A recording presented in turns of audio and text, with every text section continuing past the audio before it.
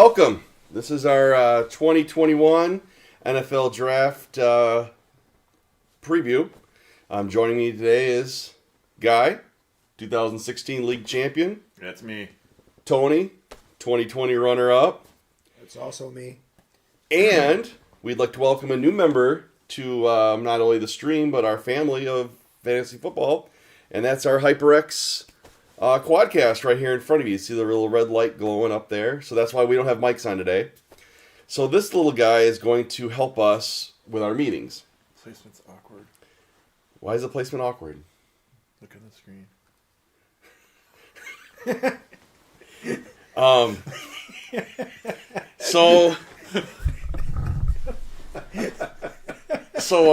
What this is going to give us the opportunity. So professional. Sorry, apologize. What this is going to give us to do is when we have our league meetings, for example, this will go in the center of the room. And anyone around this whole entire radius, it'll pick up clearly. Also, will be handy, of course, for our draft. We can do the exact same thing with it. And it allows us to do this. Now, the one thing I will say, when it comes to the meeting, and we have the actual draft, I will still be wearing the headset, so you get me a little bit clearer. The one thing I have noticed is that there is a difference in voice clarity with the headset compared to this. Obviously, a microphone is like literally right here. We're projecting into this. Because it's omnidirectional, not unidirectional. Right. Well, this one is able to have like 4 or 5 different settings. And right now it's on the stereo setting, which is it goes this way. It has a 360, which we'll use for the meetings and the draft. So this is actually supposed to be the best of all the settings for this. And we'll use it this way. And also, as you can see, we're in a little bit more comfortable setting than we were last time. I think we did a 3-hour stream, and we were very uncomfortable after that. Those were not the most comfy chairs. And you're going to see, I think, from now on, a lot of this kind of stuff is going to go this way. Unless it's just me, then I'll just probably sit at my desk. But, yeah, welcome. And like I said, we're going to talk about the draft. Usually we, of course, throw in a few other things, and I'm sure the usual, I'll probably carry on for some stupid story for about 10 or 15 minutes. About something completely unrelated to what we're talking about. It's been the last 3 hours, hasn't it? Yeah. So, in an unrelated story. No. Actually, I did want to cover this really quick, get your guys' opinions on this. Unrelated to the draft, but a little bit. The NFL just passed a new law, or rule, where the numbers are a little more open what the players can wear. Receivers, running backs can wear what? Is it anywhere from 1 to 49? Yes, 1 to 49, and then each position has its own little right. niche. But they're more like defense. I think the linebackers and DBs are 1 to 49. Yep. Or well, the DBs are linebackers. I think linebackers are also 1 through 59. Yes. Receivers 1 through 49, and then 80 to 89. Yep. Mm-hmm. The only one that's really still landlocked is the offensive lineman. Yeah. Yep. So just kind of curious your guys' opinions on this. I could take or leave it. I think there's going to be a lot of players that are going to be changing their numbers. And from a fan standpoint, like Leonard Fournette, for example, came out and said he wants number 7 back that he wore at LSU. The people that went out and bought a Tampa Bay Leonard Fournette jersey is probably going to be upset. Mm-hmm. Yeah, there was part of that rule is, though, if you do change your number, you have to buy the remaining stock from NFL Shop Oh, I didn't of your know current that. number. Like Dalvin Cook wanted to go back to number 4, but it would have cost him $1.5 million to go to number 4. So he said, "I'll stick with 33." I've heard. Well, there always was a rule like that in place. I'm not sure the actual cost of it was the same cost, but they did have a massive discouragement of changing your number. And it may have been the rule all along. I never knew what the actual rule was. I just knew there was a rule that you weren't really allowed to change your number, unless you paid maybe as a fine or whatever. Mm-hmm. Personally, I don't like it. I kind of like thinking to myself, okay, well, I know this is how I clearly know who the receiver is. I clearly know who the running back is and everything. And now it's like you see, okay, so the quarterback could be 1, the running back could be 2, your receivers could be 3, 4, and 5. Yeah, I don't like it. But Tom Brady came out, I don't know if you guys saw that article, saying he doesn't like it because he calls out his protections according to what numbers the linebackers are wearing. So now he's calling out his own wide receivers' numbers, or, you know, he says it's just going to create a lot of havoc as far as calling things at the line. Well, if he's the GOAT, like they call him, I'm pretty sure I'm hoping that the guy's smart enough to figure out. I don't know. He does have to deflate a ball to win a Super Bowl. Yeah. Takes talent, though. I think we're going a whole other direction about that. I don't really care that much. It'll just be something to get used to a little bit. But, like, yep. I mean, I remember using Madden, and there was a couple times where I was able to use, like, number 6 for one of my linebackers. And, like, I always thought that was kind of cool looking, just different. Yeah, I mean, that's why I said I could take or leave it. If it didn't happen, I'd be okay. Now that it happened, it's just going to be an adjustment. Yeah, I mean, eventually was probably going to happen just between retired numbers, Hall of Fame numbers, and other teammates. You run out of them eventually. So, obviously the bulk of the stream is going to be the NFL Draft preview itself, which is Thursday, this coming Thursday, April 29th, 30th, and 31st. And we're going to be doing a Thursday and Friday stream. I, of course, will be in both the Thursday and Friday night stream. And if I remember, you both are joining me. You are scheduled to join me on... Well, you're both scheduled to join me on the Thursday. First round. Yep, the first round. Thought so. And then you are scheduled on Friday, along with Mark. Mark will be joining on the Friday stream. And Nick Ritz, potentially former 3-time league champion, has said that he may come to one of them. So, you know, we've been wanting to get him, of course, on our stream for a long, long time. I mean, a lot of us need to know what it takes to be a 3-time league champion. Luck. Just kidding, Ritz. Everyone else's players they wanted? So, yeah, guy. How'd that work out for you? So here's how we're going to do this. We really haven't talked too much about how we're going to do this. So what we're going to do is we have our sheet. We have actually 2 different sheets of rankings of the players. So we're going to kind of just go down. We don't have to do each individual player, but we'll kind of focus on certain ones. Kind of talk about them, how good we think they're going to be, and you know, what their potential fantasy value could be. Obviously, a lot of that will depend on where they'll go. For example, obviously, Trevor Lawrence. Everyone's projecting him to be the number 1 overall pick. I think we'll all agree on that. Not so fast. Okay. Well, hold on. Well, anyway, my point about this is if Trevor Lawrence was to, per se, go to the Packers, and Aaron Rodgers was still going to be there for 2 years, Trevor Lawrence's value as fantasy isn't going to be very much. Would he be ahead or behind Love? Well, I assume he'd be ahead. I mean, obviously he's not. This is a fictitious theory, but honestly, I'm more hyped about Love than Lawrence. I mean, or, you know, here's a better example. If Trevor Lawrence was to go to the Chargers, then Herbert's fantasy value would go down because, of course, Trevor Lawrence would start over Herbert. Just kidding. Not really. No. Herbert's a god. But yeah, we'll go down each position. We'll talk about some of the players, and then, for your benefit and ours, got the little whiteboard. We're going to use it. So on it, we have the first 50 picks of this entire draft, and we have our names going across it. And I was trying to get Vanna White over here to go up and write them down, but no Vanna White. No, not me, not this guy. So instead, we get one of the Price is Right girls is going to go up there and do it. I don't know, I'm trying to think of their names. I have no idea their names. Or I guess I'll be Vanna White. Doesn't matter. More like the little whammy guy from Press Your Luck. Oh. No whammy, no whammy, no whammy. All right, so where do you guys want to start? Tony, you can pick the position we start with. Let's start with running back. Huh? I like running backs. And I'm pretty sure so will the first 3 picks of our fantasy draft. Mm-hmm. All right, so let's start with Najee Harris. Alabama running back, of course. I think many would say he more than likely would be the first running back taken off the board. No, I think ETN. You think ETN? I think it depends system too.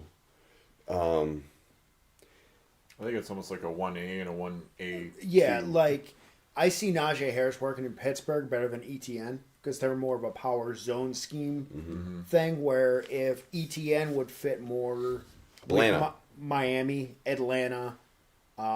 Nobody knows what the Jets' offense is going to be, so I don't even want to project that. Mm-hmm.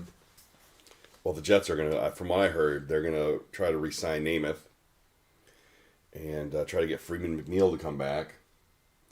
They figure they can probably get a few snaps out of Gastineau on defense. Oh, so they're going to just keep losing like they... Yeah. Okay. So, no, it was... I think the kid... I don't know. I've never been high on Alabama running backs. And, of course, that you can say, well, that backfires on me because, obviously, Derrick Henry, Mark Ingram. But I do say, out the gate, both of those running backs did not perform well. It took both of them a few years to actually really get going. They weren't the Heisman running backs. They were in college immediately in the NFL. And now, the flip side is Trent Richardson, who actually, well, hold on, out the gate, he had a phenomenal rookie year. Yeah. And then he gets traded, and he completely flatlined. Mm-hmm. So I don't have a lot of trust in, and we're going to come in the quarterbacks. I don't have a lot of trust in Alabama quarterbacks either. I think I think their defensive players and receivers are phenomenal as a system. Yes. But I think they struggle at the quarterback and the running back specifically. You could say actually the same thing about their offensive lines don't necessarily pan out. For example, Chance Warmack.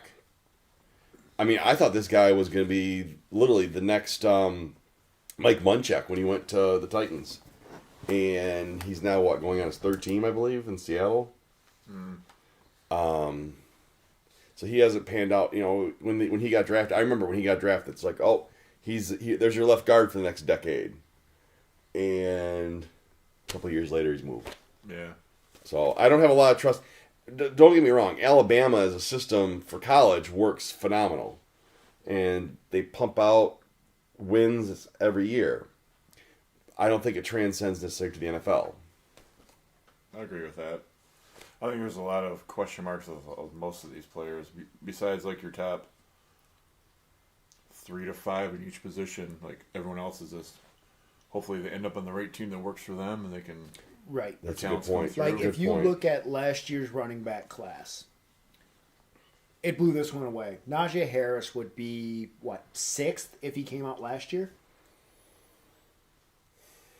Well, obviously, Hilaire Taylor would still go ahead of him. So would Swift. Dobbins. Akers. See, now in Dobbins' case, Dobbins fell lower than I thought he should have. Dobbins should have went sooner than he did. But still, as far as... Akers, I think, went too high. As far as talent-wise, I think all those running backs are better than any of these, in my opinion. Well, just so you guys know, I actually am higher on Etienne myself. If you were to say which one of these you want, I would take Etienne. I agree. And I would take Etienne over Akers from last year's draft. I would not take him over Taylor. I would not take him over Swift. Akers is the one I would take Etienne over. So maybe Etienne would be 5th if he came out last year, which everybody projected him to come out last year. Right. No, I thought it was cool that he stayed, actually. I give him a lot of respect for that. So let's talk about said running back, Travis Etienne. I think he fits in the system. He is a good receiver out of the backfield for sure. We were actually just talking about this before this. I actually made the comment because he has James Robinson in our fantasy league, and he's a little bit concerned that they might take a running back. I said, well, if they're taking Trevor Lawrence number 1, wouldn't be a bad idea to take the guy that they've been together for all this time. Take Etienne at first pick of the second round. He'll be there more than likely. Right. I don't see Etienne going in the first round, but he could. But don't get me wrong, he could. Jacksonville has so many holes on their defense that they take Lawrence 1. They also have a second pick in the first round that they could go offensive line to protect their new investment and then go defense with that. Well, we'll get to that later Yeah, as far as... I'm just... You're high on Javonte Williams. Mm-hmm. Just by looking at tape, he looks like he has it all. Where if you watch Najee Harris, he's a really good power back, hand off the ball, and hit an opening and go. ETN is a better receiving running back, I think. Can also dance around and go. I think Javonte Williams has both of their powers, plus his own breakaway speed. So actually, I have him ranked above ETN and Harris. Oh, wow. Like, I was real close. Him and ETN are real close. Like, if you ask me tomorrow, I might flip, but... Yeah, when I looked at Williams, I saw the same thing in him. He's got the power that Harris has, and maybe not as much wiggle as ETN, but he's just as quick. Yeah. He doesn't have the high speed ETN has, but he's close. Mm-hmm. And I think from a fantasy standpoint, these are the only three that are really going to have true impact in 2021. I'm saying down the road. Of course, I could eat these words too, but I really think the rest of these running backs, like you said, this class as a whole is not as good as it was last year. No, after these three, you basically drop off. Last year we had one in the first and 3 or 4 running backs taken in the second. Yeah, there was quite a few. Something like that. This year... I mean, some were probably taken higher. For example... A.J. Dillon. Michael Pirine. I made a trade with him because I was getting really high on him, and I did like him at Florida, and he just kind of tanked. I mean, he didn't do what I thought he was going to do, I'll tell you that. He was hurt and then got COVID, so... I traded back for him. But even when he got to play... Yeah. He didn't perform like he didn't perform like he did at Florida, I can tell you that. Mm-hmm. Some of these guys I don't know as much about. For example, I don't know a lot about Chuba Hubbard. Chuba. With Chuba? With Chuba, he's got straight line speed. So in a zone scheme like in Denver, where it's a zone scheme blocking, or Pittsburgh would be a good fit for him too, where he can make one cut and go. He'll be good there. Yeah. But he's got to get on the field. That's all he is speed. He has no receiving ability, very little. Just no shake in his game. Not like what Javonte Williams can do, where you don't know if he's going to run you over or shake you in the hole. Mm-hmm. But now, with Javonte Williams, I'm curious about this, because obviously he's been paired with Michael Carter, who is... a lot of people are projecting as the 4th best running back. Does Javonte Williams need to go to a system where he's not like, which obviously a lot of systems aren't really, there's one guy anymore. There's multiple guys now. Mm-hmm. Well, we only have one guy, of course. There's only one guy. But The one only. does he need to go a place where there is another established running back? No. I think the top 3 running backs here can go any team and be successful on their own. I don't think they need another running back to help them out. They just happen to be. They have... North Carolina had 2 really good running backs. Yeah, I see. The comp that I give Javonte Williams is Joe Mixon. I kind of looked at him as Nick Chubb. He's got better receiving than Nick Chubb. Yeah. Nick Chubb doesn't catch the ball. No. But Mixon does. Mm-hmm. So that's why I see a lot of Mixon when I watch his tape. So he's going to be on the IR a lot? I don't have him anymore. That's right. I don't have him anymore. Any other running backs? I mean, I remember when Trey Sermon was playing at the end of the year. I remember you made the comment, like, oh, I want to get him. And I even kind of said, of course, being the Ohio State University fan that I am, I don't know. I think here's the thing. His longevity hasn't both shown yet. Trey Sermon and Ramondre Stevenson, which most of you probably haven't heard of. Nope. He's a big back. He's a big boy. I think he's 6'1", 250. With those two guys, with Michael Carter, Kenny Gainwell, you have Khalil Herbert on this list. They're all smaller backs. They're all 5'9", 200 pounds-ish. With Trey Sermon, Stevenson, and Najee Harris, ETN is listed at 215, so he can be in a 3-down back. A lot of these other backs you have on this list are smaller. They're third down backs.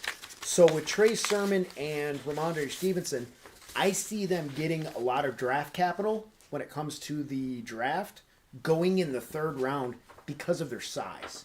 Because they can handle the every down workload if necessary. Mm-hmm. Like Trey Sermon, you mentioned Jacksonville. Trey Sermon goes to Jacksonville because he's a big guy that can handle the workload. Where if somebody like Michael Carter Jr. goes there, if James Robinson goes down, Michael Carter Jr. can't handle that workload. Kind of like Eckler. Yes, Eckler, amazing back. More of a receiving back. Mm-hmm. They tried last year to get, the Chargers tried last year to get Josh Kelly, more of a power back. Didn't work out. So these pass catching backs need that bigger back there for the first and second down, and then the third down, the little scat back like Darren Sproles comes in, catches a pass. Not everybody can do what Christian McCaffrey and Alvin Kamara can do. Well, yeah, that's... Mm-hmm. One running back I am interested in, like it's probably going to be dependent on where he lands, but Jarrett Patterson from Buffalo. Yes. Curious on how he's going to work out. Again, he for me, looking at all these, I've looked at a lot of running backs in this draft class. He fits in the same as a Michael Carter and a Kenny Gainwell, which are a top of the class because he's small. Mm-hmm. I think he's listed at like 5'9", 195 pounds for a running back. Yeah. You know, he's fast, but he's going to be involved in the receiving game because he plays a lot like Austin Eckler. Yeah. So I can see him being a mid to late round day 3 pick. Mm-hmm. That sounds about right. All right. Any other running backs you want to talk about before we move on? I don't want to spend like an hour because I'm sure we probably could. Yeah. I think we covered like the main points. Right. There's other running backs besides the top 3. The rest of them are mostly small. Yeah. Yep. For the most part, I mean that's kind of how it plays out. But like you said, at the end of the day, I always see 3 at the most 4 going. Well, I always see really 1, potentially 2 on day 1. And then I see whatever's left of the either 2, 3, or 4 going. I think they'll go day 2 for sure.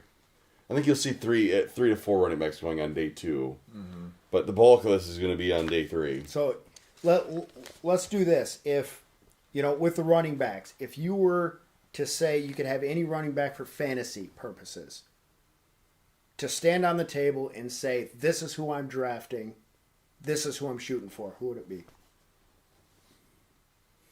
Derrick Henry. You said any running back. Out of the rookies this year. Oh, okay. The rookie class this year. ETN? Yeah. I'll say Javonte Williams just because that's where I'm at right now, but ETN's right. Let me put it this way. If I had the first overall pick in our fantasy draft, I would take ETN. If I had the first, but if where I'm picking, and I'm thinking where I'm picking in our fantasy draft, I got to look for a sleeper, right? So I'm going to go with the sleeper pick here, and I am actually going to take Chris Evans. Nope. He'll be there with your first pick of with the first pick you have in the second round. Depending on landing spot, I'm a big fan of Michael Carter Jr. I think he could. Okay, I have is he actually related to the Michael Carter from the 49ers in the 80s? Mm-hmm. Is he really? That's his kid? No. Oh. No, but I like the kid. I think with a little bit of, he's got all the physical attributes. He just doesn't have the size. Right. Mm-hmm. He's just as big as Swift. Yeah. So that's the running backs. So you picked the first category, Guy. I'll let you pick the next category where we go. Let's get into it. Let's go to quarterbacks. Oh. Get it out of the way. All right. Well, I think we'll be in consensus that Trevor Lawrence will be the first overall pick in this draft. I like Trevor Lawrence myself. I think the kid, he has it all. And he can move. I mean, I've heard the comparison to John Elway. Yeah. And I think it's legit. And I think he's going to be. I hate saying, because obviously we don't know what's going to happen. I hate saying, but I could see potential for a Hall of Fame career for this kid if it transcends from what he did in college, transcends to the NFL. I think he has a very high ceiling, but I also think there's a dud factor in him as well. I think he could just not succeed. And that's not going to be totally his fault. I just think Jacksonville, I'm not sold on their coaching staff. I mean, they got great coaches, but too many former players. With Jacksonville, I don't have a problem with their coaching staff. I do want to actually... Well, here's the thing, though. That's pretty much almost any NFL team at this point. To make an NFL player... here's an example I'm going to give you. I was watching a thing. It was called The Two Bills. It was a 30 for 30 the other day. And Lawrence Taylor was talking about Belichick. Belichick got brought in 81 as a special teams coach, and then they kind of made him a linebackers coach, whatever. And Taylor was saying how hard they found it. It's like, you look at the guy, he didn't play football, obviously. And football players, especially the NFL level, have a hard time dealing with those that have never played football before. And obviously, he put a lot of passion into it and was obviously a legendary coach. But the point I'm saying is, from the get-go, a lot of players are going to have a hard time with someone that's not an NFL coach or a former player. And when you have a lot of players, because, for example, I don't know the coaching staff. I don't know who's actually on the coaching staff other than Urban Meyer. That's enough. But, like, let's say, give me a quarterback. Justin Herbert. Never mind. The first name, I don't know why this is the name that came to my head, but Cordell Stewart just came to my mind. Wow. I don't know why, but so Trevor Lawrence goes to Jacksonville. Cordell Stewart's the quarterback coach. He knows that Cordell Stewart was an MVP of the league, played for the Steelers at quarterback for several years, did well. He's going to have respect for that, first of all, and he's going to seek out, well, what worked for you when you played? Okay, with that philosophy, look at what the Lions did.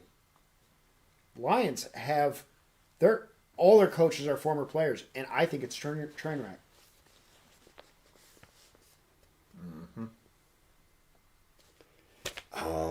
If you look at a majority though of some of the greatest coaches of all time, a majority of them were players. I mean, a majority. I'm not saying anyway, they all were, but majority were. We're going on one of Eric's tangent and getting off our. Tom Landry. Tom Landry, of course. Back in 1964. Tony Dungy. No. I love Tony Dungy. But no, my point of this is players respect coaches who were former players, is my point. And players also respect coaches that win. Urban Meyer won the college. Of course. So I think Trevor Lawrence going to Jacksonville is a good fit. First of all, they have 3 really good receivers he's going to be throwing to. James Robinson is a decent receiving running back out of the backfield for him to dump it off to. I mean, Laviska Shenault is a running back playing wide receiver once he catches the ball. DJ Shark is a clear number 1, and they just brought in Marvin Jones.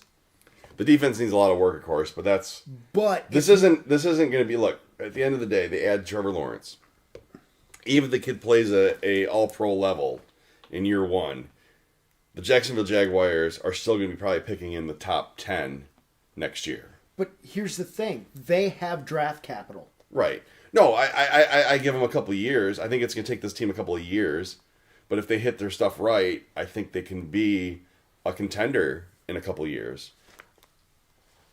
Bold prediction right now, I think Jacksonville will be in the playoffs next year. Not this year. That's because he's hoping his running back gets 1,000+ yards. Like he did last year. Undrafted rookie free agent.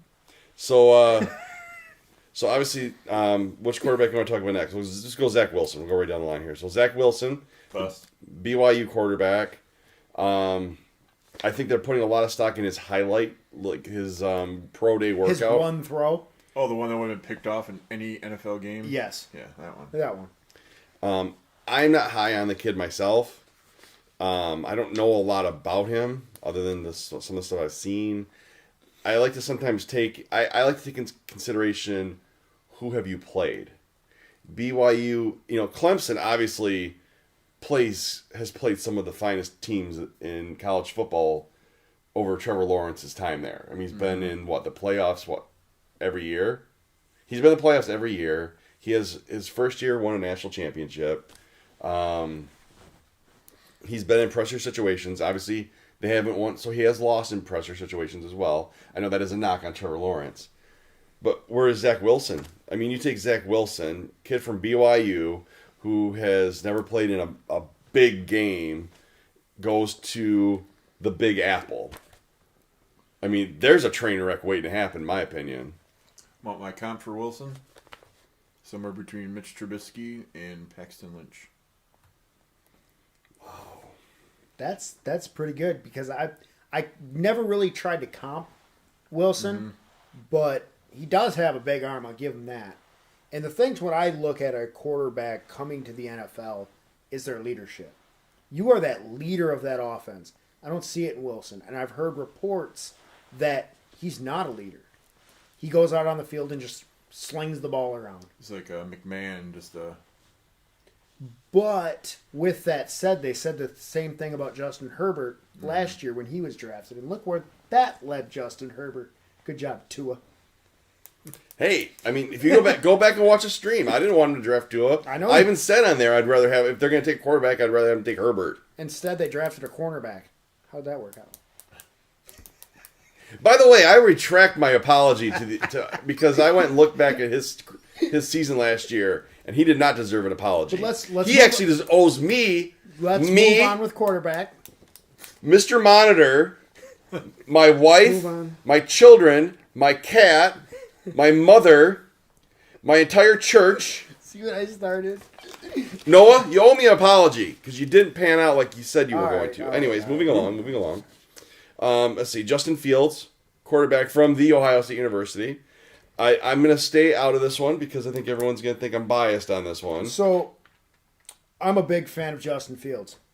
I think he's the number 2 quarterback. Everybody's looking for that dual threat quarterback. You got Lamar Jackson.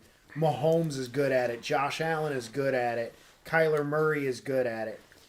Fields can do the same thing. He can throw the ball down the field with the best of them, but he can also run the ball. So 4.4 speed at his pro day, that's running back speed.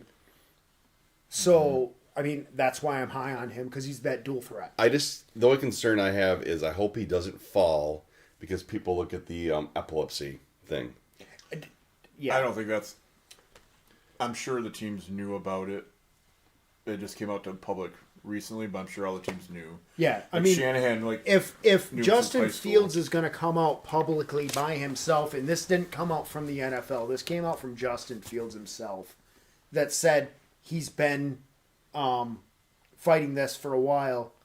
NFL teams knew about it when they scouted him. No, he's not going to shy away from that. This is his career. Yeah, it's not going to hurt him. Fields, actually, I would put as the second quarterback as well. As would I. Overall, it doesn't say much because I think this whole quarterback class is trash, to put it mildly. See, I think different with this quarterback class compared to last year. Yeah. Honestly, I like Burrow and Herbert, and besides that, I didn't see another, and Love for a late round sleeper type pick, but he just went to a bad situation. But I think Fields, I've seen him compared to, they say he's kind of like a Dak Prescott, which I don't think Dak Prescott's that great a quarterback. I think he's just in a really good spot. And I don't trust quarterbacks that wear number 1 as their jersey number, which is weird, but it's just how I do. So Cam Newton? So no Warren Moon? Enough said. Yeah, I've never had Warren Moon on one of my fantasy teams. I guess you could have, though. You did play long enough. Let's go on to Trey Lance.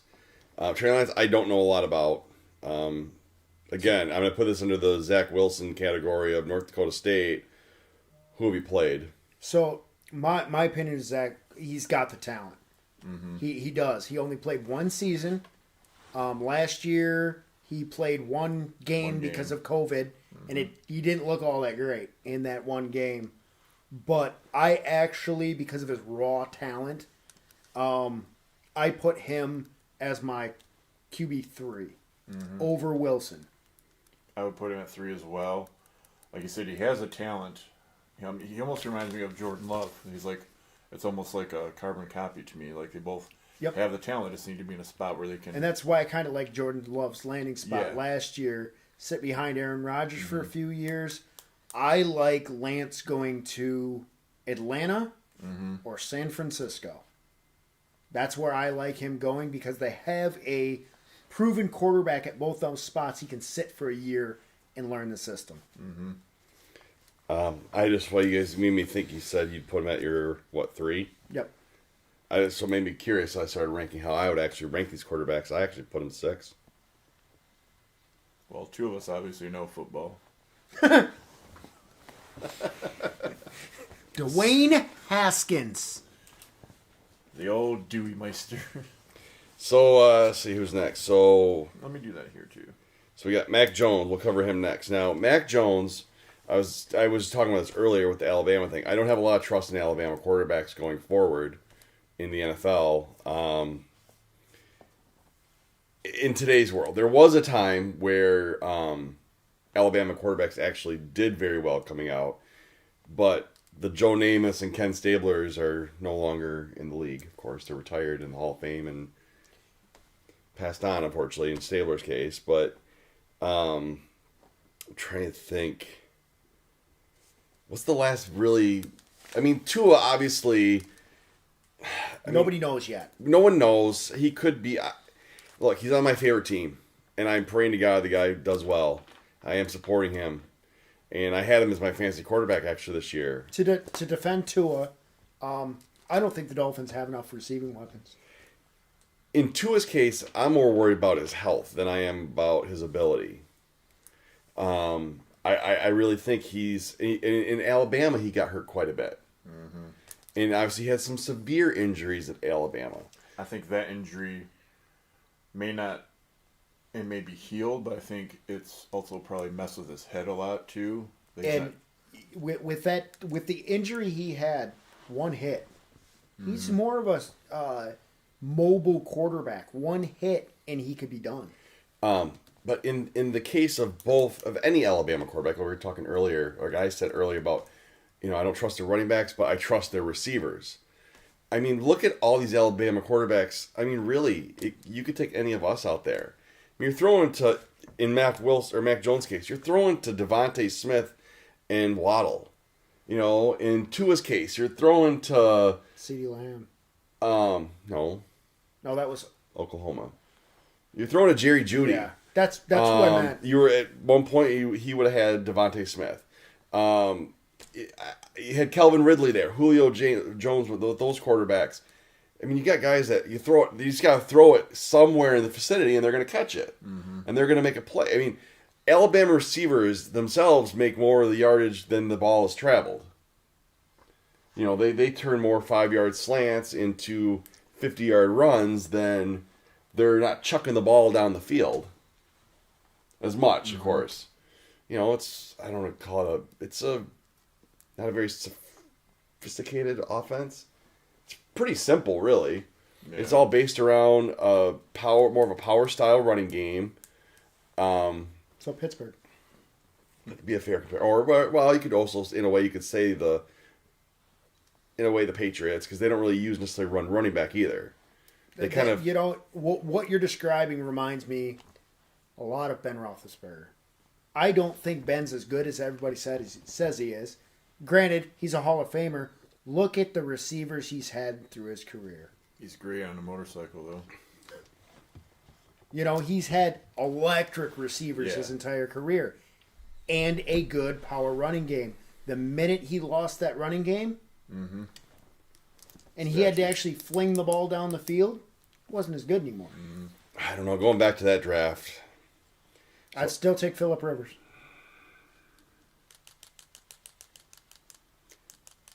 Anyway, let's get back to this draft. I would take them both. You and your history You're of right. the NFL. So we're at Mac Jones. So Mac Jones. Anything you want to say about Mac Jones?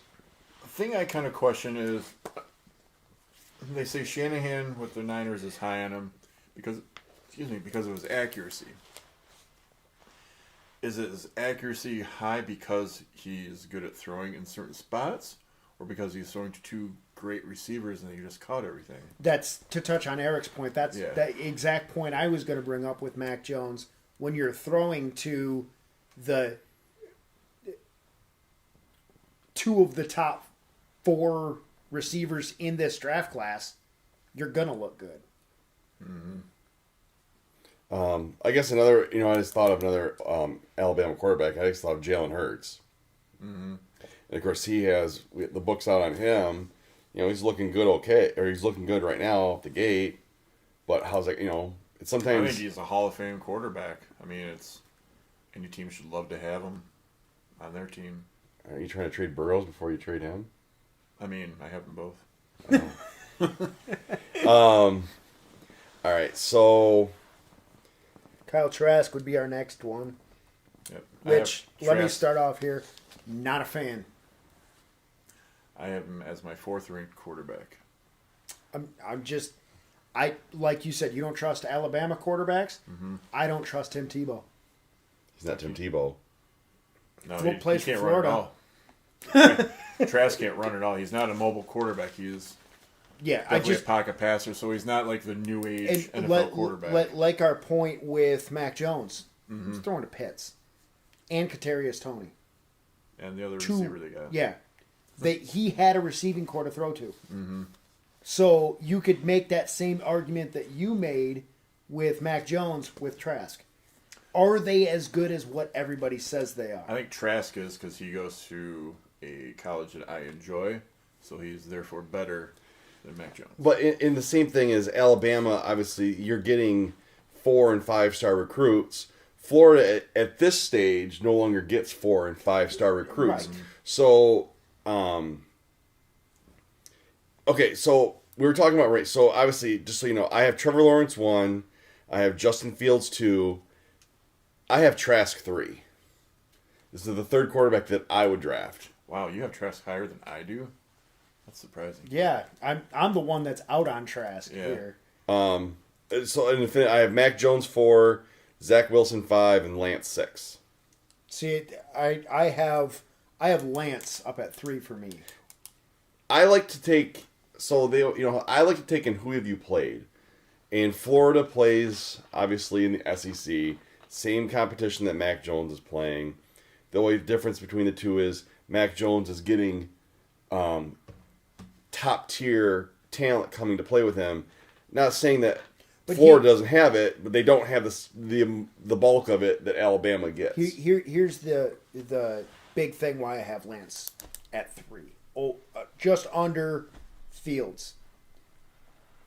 Yes, I get that he didn't play anyone, but his ceiling is higher. I think his raw talent, given the right coaching staff, can... What? So, 3 years ago. Here we go with a history lesson again. Someone that Guy actually knows, someone that we went to high school with, was one of my closest friends for a long, long time. Adam Mastenbrook and I, in Chicago, had nearly a fist fight break out over an argument you just made. And the argument was over Peyton Manning and Ryan Leaf. I said Peyton Manning's going to be a great quarterback. He's going to be, he's going to be everything and more than that they're saying. Mastenbrook said, no, he's not. the ceiling for Leaf is through the roof, blah, blah, blah. Or as Michael Jordan said, the ceiling is the sky. Or no. How do you say it? This is, the ceiling is the roof or whatever. Isn't that how he said it? Oh. Or as they say, the sky's... Anyways. Yeah, something like that. The whole point I'm trying to say is, Trey Lance... Maybe you're right. Maybe the ceiling is, or the sky is the limit. But I don't like what he's done. I don't like the competition he's gone against. And it's similar competition that Wentz played against. And I think the book is still on Carson Wentz. Okay. He doesn't stay healthy, first of all. I don't know. I'm just not high on the kid. I think Atlanta would make a mistake because I've heard him linked to Atlanta at 4. I think they'd make an absolute mistake picking him here. We won't get to 4. Wow, you think the Niners are going to take him at 3, huh? Well, either way, either team would be screwed. No, first, and I looking at it, I'd have to, if I really researched Kelly Mund better, I might even put him ahead of Trey Lance. If I really researched, I do like Ellinger. I wouldn't. Ellinger's not accurate. Mund. I said I like Ellinger. I didn't say Mund is accurate within 10 yards. That doesn't make a good quarterback. Yeah, he does have a lot of interceptions. Yes, Mund throws the ball down the field. It's picked off. Would you take 5,000 yards and 35 touchdowns if he threw 35 interceptions? Jameis Winston did it, so sure. Yeah. Hold on. Whoa. Okay. What defense do I have? The Dolphins. Yeah. Middle of the line. No. It'd have to be a top tier defense to because you can deal with him throwing 35 interceptions if the defense is going to shut him down. But if they're just going to throw an interception, the defense, and then they're just going to march down and score, then no. Okay, let's move on from quarterback. I think we hit them all. It's a very sore subject. We don't agree on. Right. Trey Lance, bust. Okay, moving on. So you picked the first category. You went running back. You picked the second category. So it's my turn. My turn to pick the next category. And yes, we're going to go right to... You're going to need my sheet. What, to kicker? We're going to kicker. Sorry, Will. This is for Will. I'm with you on this, Will. I cannot stand kickers. So I want another individual defensive player flex. So we're going to talk about the one kicker on this list. Great kicker from the University of Miami, Jose Borregales. I don't know a lot about him. He's just the highest rated kicker. And I just wanted that to be discussed and let everyone know that Jose's out there. I work with a Jose, and I like Jose, so I believe in Jose. So that was our kicker category. You're welcome, Will. All right, your pick. You get to pick which category we do next. All right. I just had that fun. Sorry, everyone. Let's get off offense for a minute, and let's go linebacker. The real. I'm not good at my defensive players. I'm not either. That's why I thought we'd get one of these categories out of the way. And I figured I'd go with linebacker because as far as fantasy purposes go, linebacker's the thing to have. So if you're going to draft in fantasy a linebacker. Just so you know, he's got him as a linebacker. I got him broken down by both categories. Yeah. Well, I'll look at yours, and then if I got to break him down. So Michael Parsons did not play in 2020. He did one of those opt-out things. Mm-hmm. Which now, some of the players that did the opt-out, I don't know how I feel about it. Let's. I want to go back to hit on running back, because Kenny Gainwell did the same thing. So we don't have 2020 tape on him. He hasn't played football in a year. Right. So we don't know what kind of shape these guys are in. Mm-hmm. There's quite a few of them. Yeah. Chase is the same way. But anyways, let's go back to linebacker before we get Eric into a history channel. I don't like when players sit out for for a year if they're sitting out because they're not hurt. The tape on this kid, Micah Parsons, is if he would have come out last year in last year's draft, he would have been a first round linebacker for sure. I don't think Simmons would still have been taken ahead of him. Mm-hmm. I think he would have been linebacker 4. I think Queen still gets taken in front of him. Yeah. Murray, guy that the Chargers drafted. I see him going over Parsons too. That one it's close, but I see him edging out Parsons a little bit. I think I would put him 3, the third linebacker taken.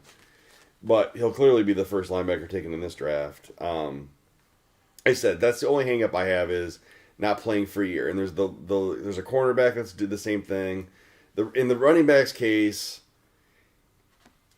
he's not going to nothing against Gainwell, but he's not going to go in a situation where he's going to walk in and he's getting 25, 30 carries a game. He might get he's going to get spot duty no matter where he goes. He's going to be a backup. So he's going to have time to readjust. Parsons is going to be expected to go in and be an immediate start. Mm-hmm. Personally, I think he is worthy of a top 10 pick. That was the point I was going to make with Parsons. I believe he's going to be a top 10. But because all these people are rushing on the quarterbacks, he actually could get pushed back. And in this draft, I think we were actually talking about this a while ago. In this draft, you're going to see a lot of the defensive players in other years may have come up and be higher picks are going to get pushed back because there is a good skill base. So the receivers, obviously, there's the big tight end, and these quarterbacks that people are putting high priority on. I think Parsons could fall out of the top 10. I believe he's a top 10 pick, though. Mm-hmm. I actually have him ranked as my 3rd linebacker. Really? Mm-hmm. I would go Zaven Collins, Owusu Koromoa, and then Parsons. I don't necessarily have any... Yeah, the only 3 I know are the 3 you listed off. Besides that, I mean, we got Michael's son on here. Anybody sees Ohio State games if you're in Michigan because Michigan sucks. So they play Ohio State instead. So we know who Browning is just because he played for Ohio State, and Ohio State is, you see him on TV. Mm-hmm. So I'd actually put Cox over him. I would. See, I don't know defensive players. And I could also make the argument Moses. I like Chaz Surratt. The name just flows. I mean, I have weird reasons why I like players or don't like players, but I feel like it's not that far off of what actually happens. Yeah. How many undrafted players end up being great? Yeah. Especially on the defensive side, you got a lot of players, who knows? Yeah. Because I'm such a big fan of running backs, let's take Chris Carson, for example, 7th round draft pick. Mm-hmm. Tears it up. You just never know. The point before we started the stream, guys said, with these top draft picks, it's a 33% chance that these guys are going to hit. Yeah. Personally, I think we're going to do 50 picks. I think 3 of these linebackers for sure will go in the top 50. Yeah. I think you're going to hear us call these names when we do our mocks. I wouldn't be surprised if Davis sneaks in there too. Yeah, Bolton could make it potentially. Moses, Moses could actually be a good player. I will say, like I said, I think defensive players from Alabama actually pan out very, very well. As compared to their running back and quarterback counterparts. And obviously Cox is at LSU. He's gotten to play with some phenomenal linebackers. He's got to learn from. And I think actually Cox was a transfer, wasn't he? I don't know. Where did he transfer from? He transferred from somewhere before he was at LSU. It was was he BYU? Maybe. It sounds familiar, that situation. I don't remember where from, though. I don't keep up with college football that well to remember, though. Yeah, same with sometimes with the defensive players, it is harder to know. Last year's set of defensive players overall, I think, was better than this year's. Mm-hmm. I think this year's entire draft, there's a handful of guys that could be stars, and everyone else is just depth. And a lot of the guys that I think are going to be stars are all in one position. Mm-hmm. Wide receiver. Yep. This wide receiver, the top of this wide receiver class is up here, and then it drops to like down here almost immediately. You want to pick the next spot we go? Sure. Let's go to safeties. I don't know anything about any of these guys. Me neither.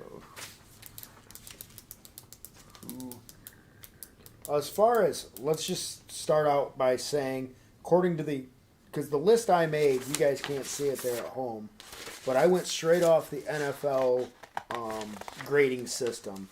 So all these players say they could be starters within 2 years up for the safeties. So we're not expecting them to go unless a team really needs a safety. I see these being late. No, this is a bad safety year. It's a great corner year, though. Yeah. Yeah, the corners is top, three? Like, four? safety-wise, I would say, like, everyone's saying that the Trevon, how do you say his last name? Is it Morig? Morig. Is the top one, but I would actually say, I think I have more confidence in Jamar Johnson coming out of those two. Because it sounds like a NFL player name. Right? I don't know. I think Divine Diablo. That's the guy I wanted to bring up. I mean, as far as the grading between Jamar Johnson, which Guy just brought up, is 6.26, and Divine is 6.23. So they're graded almost identical. Yeah. So, that's the same thing that I was bringing up with wide receiver. If you go by grading, their top safety barely cracks the top 5 of the corner list. Exactly. Mm-hmm. So it's definitely a corner draft. I mean, I see safety, maybe the first safety go off 3rd round. So here's one way to look at this draft. So from the defensive back standpoint, safety is very poor. Mm-hmm. Cornerback is very rich. Just like in this year's draft, defensive tackle isn't very strong, other than maybe 1 or 2 names. But defensive ends are very strong this year. Yeah. Actually, defensive ends are kind of weak according to NFL grading. It's the edge rushers that are high. See, I always put the 2 as 1. Yeah, I do too. Well, see, the difference between edge is they can stand up and be a linebacker if needed to be. Yeah.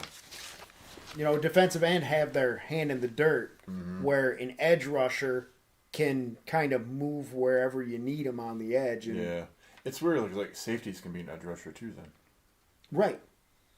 Corner could be an edge rusher. Mm-hmm. It's very broad. I when they started coming up with this new position of edge, I never liked it. Yeah. It always used to It should just be a defensive player. Outside linebackers were the edge rushers. Mm-hmm. It was an unsaid thing, but now there's a special position for edge. See, I always looked at the rusher. I always looked at the edge rushers as the defensive ends, like a Julius Peppers, or the outside linebackers. The left side. No, because it was never. So I was the way they perceive them is there's Sam, Mike, and Will, and the Mike is the middle linebacker. Sam is, so if you're looking at it as a linebacker, Sam is the left side linebacker, which is considered the strong side. They're the run stopper, and then the other side, which is the Will, is like your Lawrence Taylor, for example. That would be your edge rusher coming from that side. The other side usually had to play the run. Unless you're playing a 3-4 and have 2 outside linebackers, 2 inside linebackers. Then your defensive ends become more of a second and third defensive tackle. Look at the Chargers when they ran a 3-4. They had Merriman and Phillips coming off the edge. They never rushed the big guys in the middle. I hate the 3-4. I love the 3-4. I like the 4-3. I like to see my defensive tackles eating up all the blockers so the middle linebacker can clean everything up. I do prefer 4-3 as well. I like 3-4. But now we're getting into schemes. So what's the most boring thing you talk about football? Defensive schemes, not just any scheme. Defense. All right, so there's not much to talk about. I don't even know if a safety goes in the top 50. They probably will inch one in there. I think that Morrig will probably go somewhere in there, but I think where you're going to see a lot of names come is going to be what we're going to talk about right now, and that's the cornerback position. Mm-hmm. Since we just got done bringing it up. So, Surtain is the top of this class. I say overall top 15 pick. Oh, yeah. And he could inch towards that 10 mark, too. Yes. Mm-hmm. Yeah, I agree with that. But I mean, you're talking about football royalty here. I mean, his dad played for Miami, I almost said Ohio State. Played for Miami, and of course the Chiefs, was an all-pro quarterback. But you can also say that about a Florida State corner coming out this year, Asante Samuel Jr. Trust me. Who's his dad? I don't know. Well, what about the other one's dad, J.C. Horn? But of course, his dad. Yeah. I wonder if that's how he got him good. Like, did he line J.C. up and had to cover his dad coming out of the womb? No, I mean, I want to Joe line up and all right. No, but these top 2 corners, getting back on track. These top 2 corners, I see both top 15 picks. No, I think you. Well, I'm going to say potentially. I think you could have 4. I think you could have 4 first rounders out of this group. Yes. Yeah. I see the top 4 guys going in the first round, early second round. This is where, the Jacksonville having the first pick in the second round, I see them going this direction. They almost have to since they don't have any corners anymore. And that's my going back to my point about Jacksonville before I was cut off. They have tons of draft picks this year, tons of draft picks next year. That's why they're going to be good. They're just going to be good. Now, Greg Newsome went to Northwestern. I don't know a lot about this kid. Ozzy's kid? Well, do you want to talk about Chris's kid, Caleb? Now, he took a year off. Caleb Farley, he took a year off, like Micah Parsons did. Chris. But, I mean, I've also heard the argument that actually Farley could be the second corner taken off the board. What's holding him, like I said earlier, what's actually dropped him is the fact that he didn't play last year. Mm-hmm.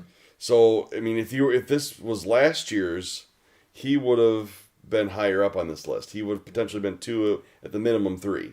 He could be a steal this year. When I was typing up this list, I kind of looked into the top 3 corners. Because in the wide receivers, you only have a couple big guys in there. They're all slot receivers. So I was kind of curious to compare their sizes. These top 3 cornerbacks are bigger than most of the top receivers coming out.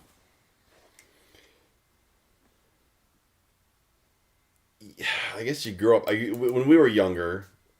Corners were always small little guys, right? Yeah, right. Yeah. And they've become obviously bigger. But the weird thing is, they're not really transcending as well into tackling corners.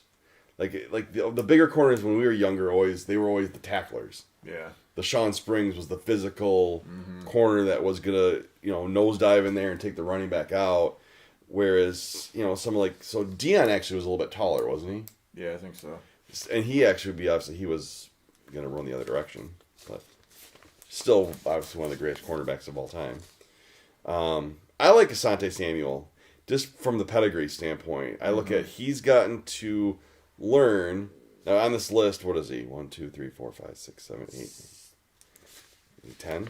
Yeah, he's 10 or 11. Because I got 15 corners on there. And he'll probably end up getting drafted late for whatever reason. He's going to have a chip on his shoulder. He's got the pedigree. I am curious. How come Shaun Wade is not on this list? Who? Shaun Wade, the Ohio State corner? Because he played for Ohio State. No, seriously, though. Why is he not on this list? Because he didn't grade that high. Because he didn't grade that high.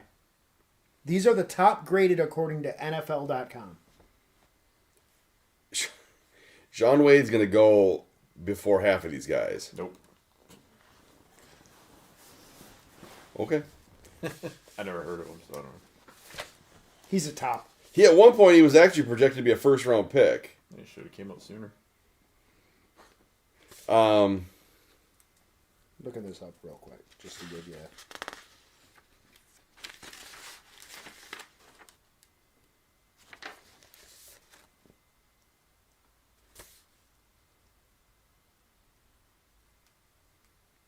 Elijah Molden.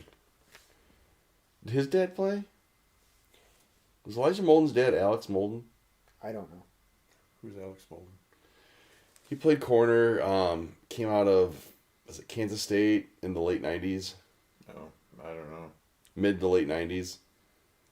Played for the Saints, actually. I mean, I think he played for another team, but I remember he was drafted by the Saints. Maybe.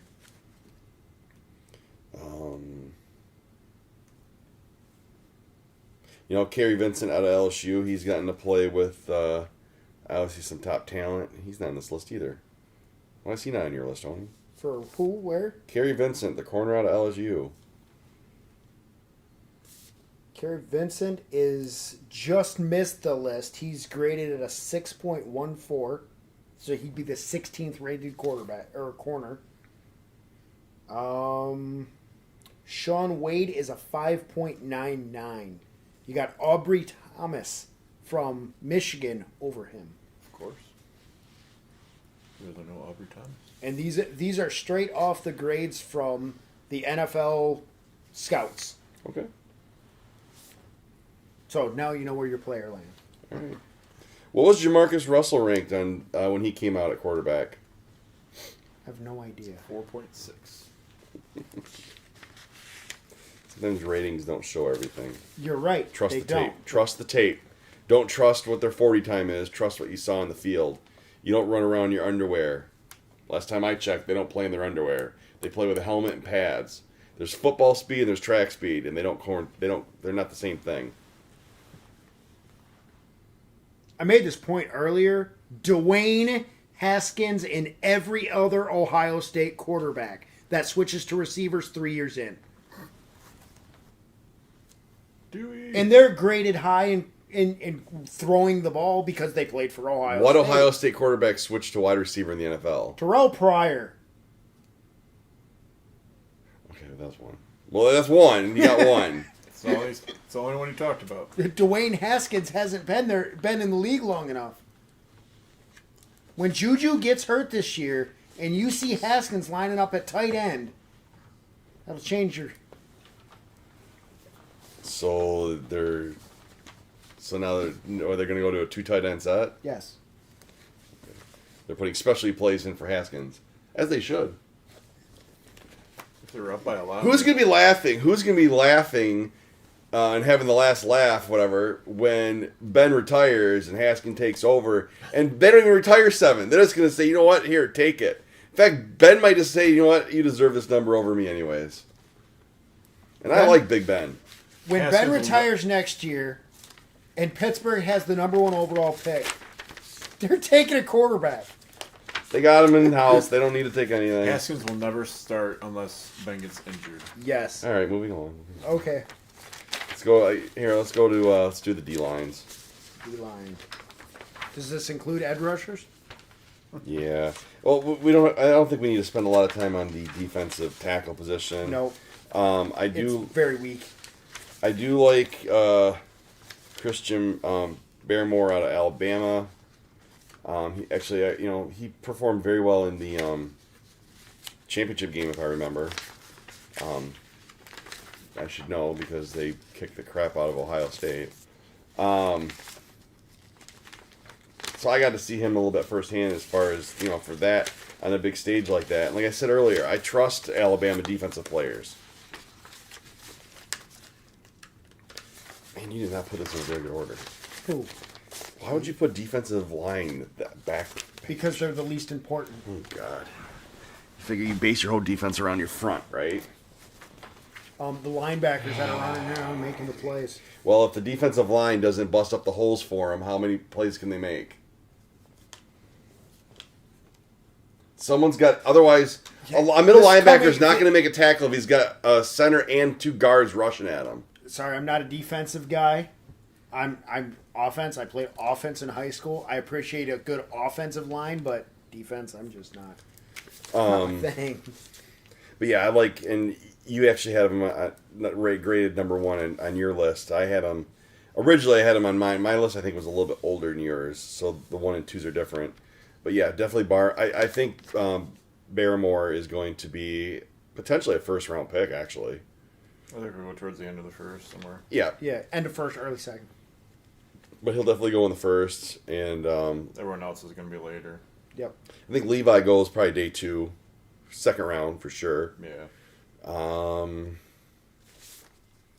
See if there's anyone on my list that's not on yours.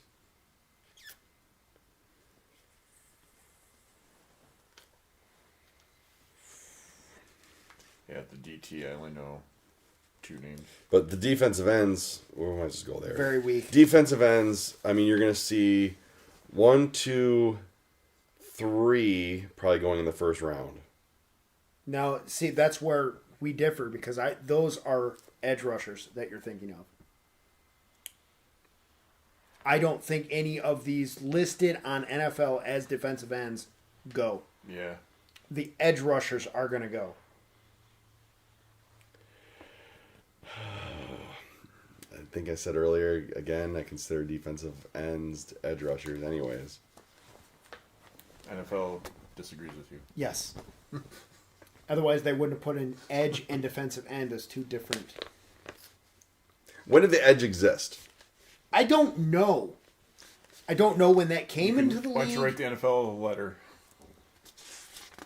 But that's just the way it's listed where I got my rankings from. Anyways. So where's your edge rusher? Oh, there they are. They're in the same page as the defensive linemen. Because they are defensive linemen. Just they're specialty defensive linemen. Just like how you have third down backs. And I'm going to redo the running back list for third down backs now just to make him even more mad at this. Are you kidding me? They got Greg Rosseo that low? Well, if you look at the grading, 6.3 to the third rated, which is 6.39. They're really close. Yeah. 644 is the highest one. Yes. Yeah, they're all really close. They're close. But 1, 2, 3, 4, 5, 6. You got 6 guys in front of him. Yeah? He'll be the first defensive... No, the first edge rusher taken. he won't. No, Quiddy will. Guy from Michigan will. Quiddy is the Hall of Famer of this group. And also, what's the other one? Phillips. I mean, I would put Phillips probably 2 or... he maybe 3. Maybe 3. That's the one you actually got right. I got right. These are the pro scouts that are... I didn't come up with these numbers. I put the pro scouts numbers to help us along with our mock draft. So you can draft one of these guys, but I'm just saying. Anyways. I would take Rosseo 1. I'll go... Is it Pay? Quiddy Pay. I'll take him 2nd. I'll go Phillips 3rd. You're wrong. Yep. And then I'll go Owe 4. Wee. Oh, yeah. I don't... Let's get off this defensive subject. We've hit them all now. Let's go to wide receiver. No, save that for the end. We're not going to spend a lot of time. I just want Offensive line. I just want to talk about specifically, I guess, 2. Yes. 2 tackles. And a guard. that may be converted to tackle in the NFL. Well, and some of these tackles may be converted to guards. So I want to talk about Sewell first. Tackle from Oregon. Top 5 pick. Absolutely. Yep. Absolutely. I see him. But unfortunately, in today's world, he actually could slip down as low as like 7 or 8. Here's what... At least in this draft. But he should... So those of you that are watching this stream, or most likely watching this stream, know I'm a diehard Chargers fan. As Eric's a Dolphins fan. I just feel like throwing Marcus Allen on. I want him to drop to 13 and the Chargers reunite the tackle from Oregon with the quarterback from Oregon. That's my bold prediction. They're going to have to trade up to do that. I don't mind. The Chargers can trade up and mortgage a little bit to get this tackle. I want him on my team. I like him. Slater out of Northwestern, I've heard that, and they are obviously very, very close. I heard you could go almost 1A, 1B here. I like Sewell a little bit better. The difference between the two from what I've seen is Sewell is the better pass blocker, and Slater is the better run blocker. Yeah, that's why Sewell will actually have a better career. Right. Higher demand. And Slater's the one that they were talking about could get moved to guard. That was the one I specifically heard could get moved to guard for that reason. And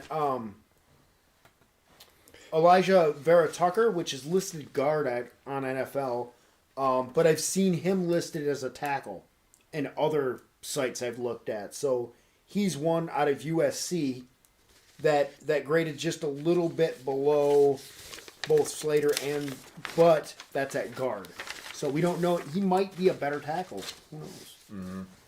I think it all depends, too, on the team and how they work them together. And the top-rated center, just to throw out center position, is a guy out of Alabama named Landon Dickerson. Just to throw out, give the center position love. He could actually go in the first round. Yes, I agree. I mean, at the tail end. Yeah. But he could actually go in the first round. I like Creed Humphrey. He just has like that offensive lineman. Yeah, when I was typing this up, I saw Creed Humphrey, and I'm like, that is an awesome name. Yeah, he's got a good name. Have you seen how he looks? He's got like a big mullet in the back. Yeah. I can tell you this. I know on your list they show Wyatt Davis 5th. I think I'm not saying he's the number 1 guard. I'd put him at least 2. But that's the thing. If you look at the grading, it's close. With Alex Leatherwood at tackle, I think that's a true place where you put him there. However, if you took him and put him in his true position of guard, he's potentially the top guard. I've heard good things about Cosme, too. Darsaw.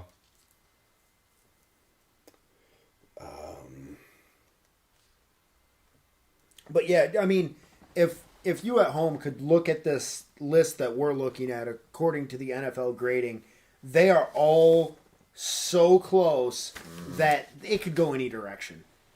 One team could view the 5th guy better than the 2nd guy and take him. We've seen it happen in previous drafts. Yeah. All right, so I guess we're going to get to the bread and butter of this draft. The deepest position. Kicker. We'll go back to kicker. Chip. Oh, you know what? Let's do tight end first. Oh, yeah. Oh. Let's talk about... There's one. That's everybody. Everybody needs to know there's... Well... I mean... Yes, there's one tight end. Well, there's one standout potential Hall of Famer, obviously, in Kyle Pitts. And I'll go ahead and say that right now. I would compare Kyle Pitts to a tight end version of Randy Moss. I was going to compare him to a tight end version of Tecmo Bowl Bo Jackson. Kai wins. Nice play. That's my count. And obviously I like that comp. I'm not even going to come up with mine because I can't top that. So, question: which Tecmo Bowl? NES. No. Well, there is only the first one or the second one. I don't remember the second one. Tecmo Super Bowl. Was Bo Jackson on both of them? Yep. I don't remember. First one. Okay. He is right, because in the second one, he wouldn't have made that comparison. I should remember my. I couldn't remember that the was a one where long you can time ago. zigzag up and down the field and score every time. Still, to this day, not to get off, I will say Tecmo Super Bowl is still the number one football video game. Yes. It's obviously today, in today's world. You know, Eric's talking about number one football games, just because everybody that watches the stream, we had a little tournament here. We did, weeks ago. and actually, I had it on this board. So we had a tournament. We took, I took Madden video game, and I created our fantasy teams. And we had the three of us sat down. We played. We had a lot of fun doing it. 12 hours of it. It was a long time. I actually fell asleep in the championship game. So to make a long story short, This guy right here is the Jameis Winston of Madden. Always want to play him and just keep intercepting him and you'll win games. Yes. however, so the final ended up being it was Guy's actual team versus Anthony's team. And in the game before that, to get to the championship game, it was Guy's team against, which is now Kyle's team, which was Ross's prior. Well, first so Guy had to beat, in the first round I played as Rich's team. Mm-hmm. You beat Rich's team. And then he played Tony, who was playing Tony's team. Then he beat Tony playing Kyle's team. Right. With Patrick Mahomes just bootlegging out and running down the field. I couldn't stop him. Now, here's the flip side. He talked about how many interceptions. Yes, I threw a lot of interceptions. On the flip side, Guy, how easy was it to you for you to play Mahomes when I was playing defense against you? It was tough. Playing defense against you was easy. Yes. I sacked, and it wasn't just obviously one player. Well, Khalil Mack had 8 sacks, but as a whole, I sacked Mahomes 14 times. I couldn't get to him once when I played Guy. I mean, he was barely dropping back, and he was getting blown up.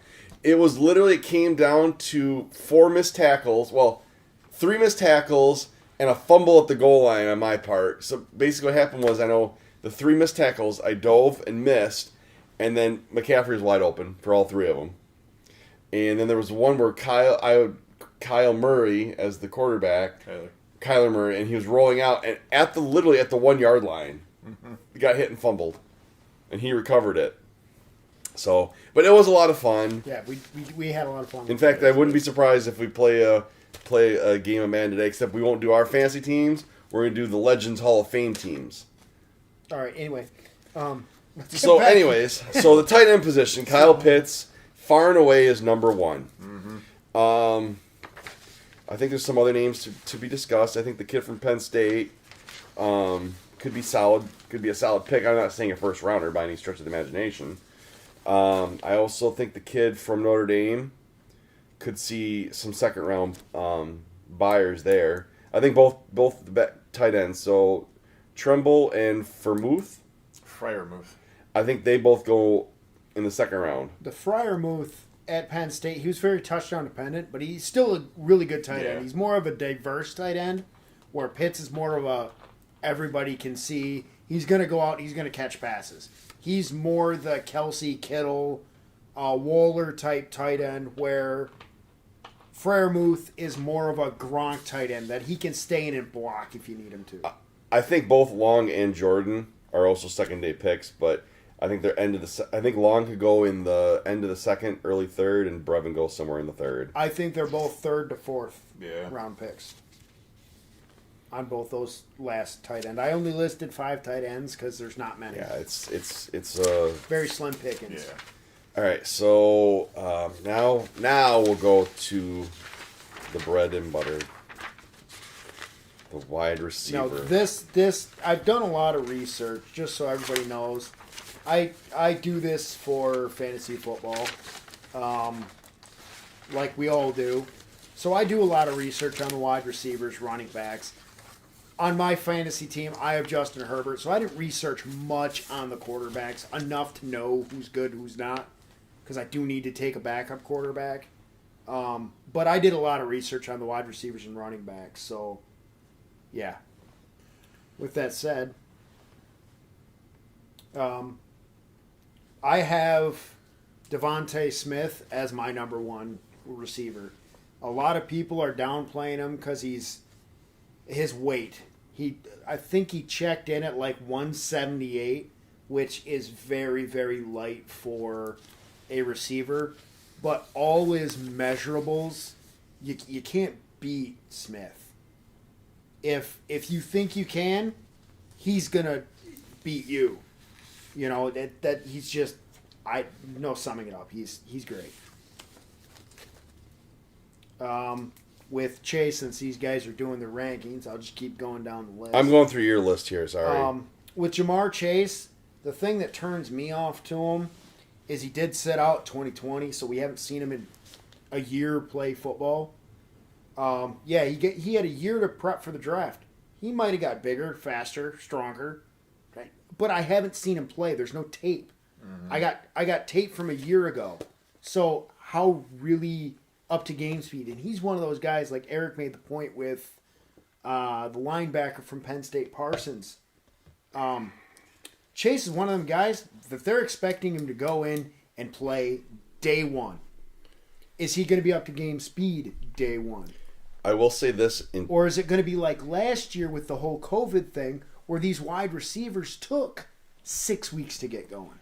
I'm going to say this about Chase right now because he couldn't come out last year. He had to play. He had to stay in one more year because of eligibility. Because of he wasn't ready. It wasn't his time to come out yet. Had he come out last year, he was the number one receiver taken. Agreed.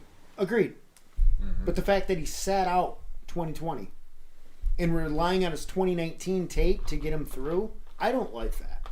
Just like that's what turns me off to Kenneth Gainwell. You know, him and Gainwell had amazing 2019 years. And what did they do? They sat out 2020. ETN could have done it. Lawrence could have done it. But you know what? They came back and played. So I'm out on Chase. I want nothing to do with it. I like the kid at Tony actually third over Waddle. I got Waddle 4. See, I'm keeping Waddle at 3. I like Waddle there. I just wonder in Waddle's case how much of it comes from having Devontae Smith on the other side. I think Waddle's just good. I have Waddle as my second. I have Chase, Waddle. And then I got Marshall next. I mean, you know, I trust... I do trust offensive weapons from LSU. Sometimes their running backs I kind of wonder about. But, you know, I think their receivers usually do pan out decent. Just like their... LSU is another one, like I said with Alabama, though. Majority of your LSU defensive players pan out as like just amazing studs. So to touch on the point that I made about running backs with them all being really small, we have the same problem with this wide receiver class. We have a lot of fast slot receivers. Yeah. There's very few big guys that are going to be that prototypical number one receiver. Chase is one. Terrence Marshall is another one. That's why I kind of edge him over Kadarius Toney, because Kadarius Toney is another one of those, 5'11", 200-pound receivers where Terrence Marshall, Nico Collins, they're bigger physical receivers. Mm-hmm. They're going to make more that number one target for a quarterback versus somebody that running a slant. That most of their yardage they have to rely on yak yards or yard after the catch. Mm-hmm. Are they going to be able to transition that like Akayu did in San Francisco last year. He might have caught the ball, 7 yards down the field, but he run it another 15. Yeah. But everyone knew that coming out that Akayu was like that, though. Right, and that's what a lot of these receivers in here are. They're yards after the catch guys. That's just what I see on tape from researching them. Let's see what else we got here. Elijah Moore. I don't know a lot about Elijah Moore. I know. Which one was the smaller between Elijah Moore and the other Moore? Rondale. One of those two. Rondale Moore is a small. He was the 5'7". 5'7", for Purdue. Even though I talked about how small Javonte Smith was for a sleeper pick, I like Elijah Moore. He's 5'9", 178. I just looked it up just to make sure I was getting the right one because I was just. It's like, which one was the smaller one? I know it was Moore and it was small. Which one is it? If I'm remembering, I do like Bateman. I remember his tape. Yeah, he looks good. As far as a pure route runner, I think Bateman is number one. Bateman and then Moore. That's why I'm high on Moore, because when you're playing the slot, you got to be a crisp route runner, and that's what Moore and Bateman both do. They're both exceptional in the route running. That's why I think those two can be late first round, early second round picks. Yeah, you're gonna see. What do you think? At least 10 to 15 of the. Or I don't know. 15 might be high. At least 10 to 12 probably go between 1 and 2. First and second round. You don't think that many? I think it's gonna spill over to the third and fourth. I think 7 receivers go within the first 2 rounds. How many of these go in the first round? First round receivers? 1, 2, 3. I'm gonna say 4 to 5. 4 4 to 5. at least. I'll say 3. 4 for sure. 5 potentially, and the 5th could be between 2 or 3 guys Right. taking that late pick. I think on this list, after you do like the top, after that top 6 or 7, everyone else is a dart throw. You know what? I don't. We shouldn't even mess around with this anymore. Let's just get right into it. Okay. Let's go do our board. Let's do it. I'm ready to go, guys. I'm ready to draft. Me too. All right, so I'm going to be the Vanna White. I should have wore a sleeker dress, I guess. No, you're good. I'd rather see you wear that than a Dan Marino orange jersey. All right, so I They're love best making jerseys. I love making fun of the Dolphins. I've been making fun of them even before I knew Mr. Miller back here. I was making fun of the Dolphins. I never made fun of the Dolphins until I knew Eric. in Chicago. All right, so how we're going to do this? At least they got a quarterback. Well, Go Andy Dalton. Tony Yes. or Guy, either one of you. We'll take turns with this and go back and forth. So I'll call out the team where we're picking, and you just give one of you. So you can go first. So you'll do Jacksonville, then you'll do the Jets. Just let know primary needs. Oh, okay. And then what we'll do is we'll rotate of who picks first. So we'll start with Guy. Guy will make his pick first. Then Tony. Then myself with the first overall pick. We do the second pick, the Jets. Tony will go first. Then me. Then Guy, and so forth. Rinse and repeat. I have 3 different colors here. I'll get red. there's no blue. The blue is already up here. Oh. Well, why didn't you give me the blue for the Why don't Chargers? you do it in black and use blue to right in? You can be green. No, you're black, like your heart. And you can be green, like Kermit the Frog, because he's the same size as you. Whoa. Whoa. So, wow. So, all right. So, Fights tonight. so Jacksonville So is that up makes first. him the crazy leprechaun. I'd be the old guy up in the corner tower making fun of everyone. In the fetal position, rocking back and forth, sucking on your thumb. Wow. In the tower. All right. So here we go. Scared. He's Here's the our crazy draft guy in the board. tower. 2021 NFL first round. Jacksonville is on the clock. Primary needs. This is you. Oh, this is me? All right. We need a quarterback, offensive tackle, wide receiver, and a safety. All right, Guy, you are up first. What player are you taking with the first overall pick for Jacksonville? And this is not who you're necessarily taking, who you think they're going to take. Well, it's got to be Trevor Lawrence. I mean, if you don't take him, and the other guy isn't a Hall of Famer, you messed up. I'm pretty sure, are we going to say this is across the board? Yeah, I'm taking Lawrence. Mm-hmm. Or I'm taking Lawrence for Urban Meyer. Best quarterback he's ever had. Yeah, they should take Pitts, but that's a different discussion. I know what Urban Meyer's going to do. Draft Lawrence and trade for Terrell Pryor. Trade for Carr. Why? He didn't have Pryor. I don't know. I'm just making fun of another Ohio State quarterback. If anything, he'd go for draft Haskins. Lawrence and then trade him to whoever drafts Fields. All right, so next up we have the Jets. Guy, primary needs for the Jets. Primarily a quarterback and running back. All right, so Tony, you are actually making the first call here. What are you picking for the Jets? I'm taking Justin Fields from Ohio State. I concur.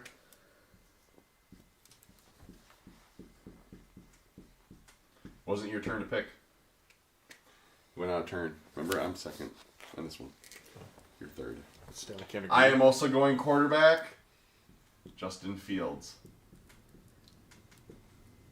Now, Guy, you can announce who your pick is.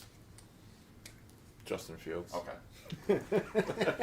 Wait a minute. Maybe you don't want him anymore. So, 49ers are up next. their primary needs is quarterback. Is it really, though? They traded up from, 13? 12. Where did they pick? I forgot. Originally, they were 12, and they move up Okay. to 3. That's right. And then the Dolphins trade. That's right. Yeah. So, yeah, quarterback is their primary need. Okay. With the 49ers, I think... I'm picking first on this one. Oh. You're second. I don't want to go. God, stay in order. I'm going to do what no one thinks they're going to do. I'm going to go protection, tackle. To protect Jimmy Garoppolo, he can't stay healthy anyway. Might as well let him get slaughtered. I mean, is Penny I'm going just going to Sewell. hold him the whole time? I'm going Sewell. That's what I'm picking, Sewell. Right. Tony or Guy, you're now up. I think there's no way they traded that much capital to go up to 3 to get a tackle. Penny Sewell might be good, but he's not franchise-altering tackle good.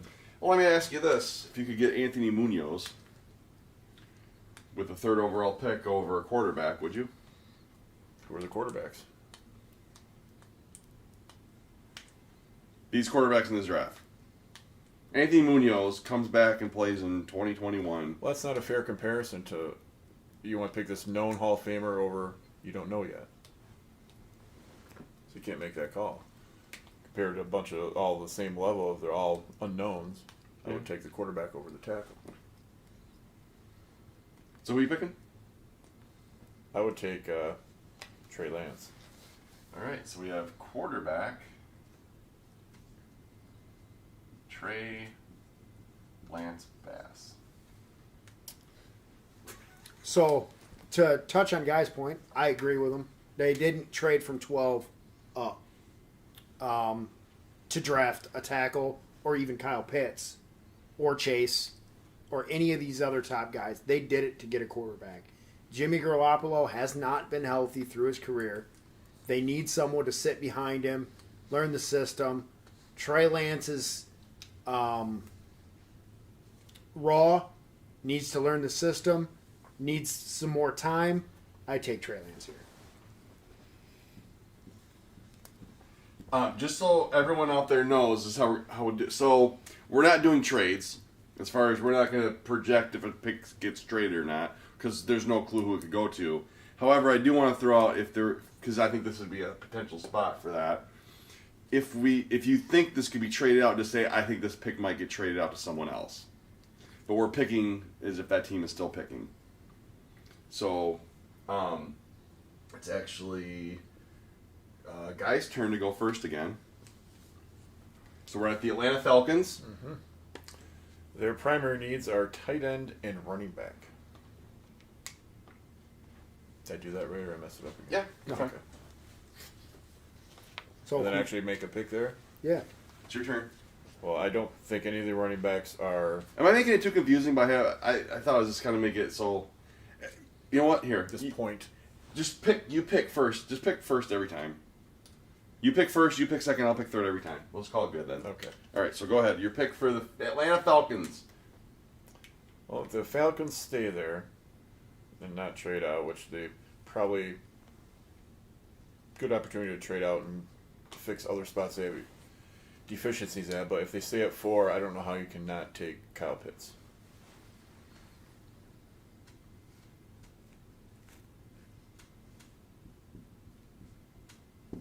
Tony. I agree. I'd take Kyle Pitts, but again, I think this pick could be traded. Kyle Pitts is my pick here because the Falcons are good. We can't project trades, but I think this is a team that could trade down. I don't think Kyle Pitts. I mean, he's amazing talent. We haven't seen him, but the Falcons have too many holes to fill with the draft pieces they have. So, but with that said, Kyle Pitts would be good for Atlanta, I think. Give Matt Ryan some more weapons and make Kyle Ridley not so good of a receiver.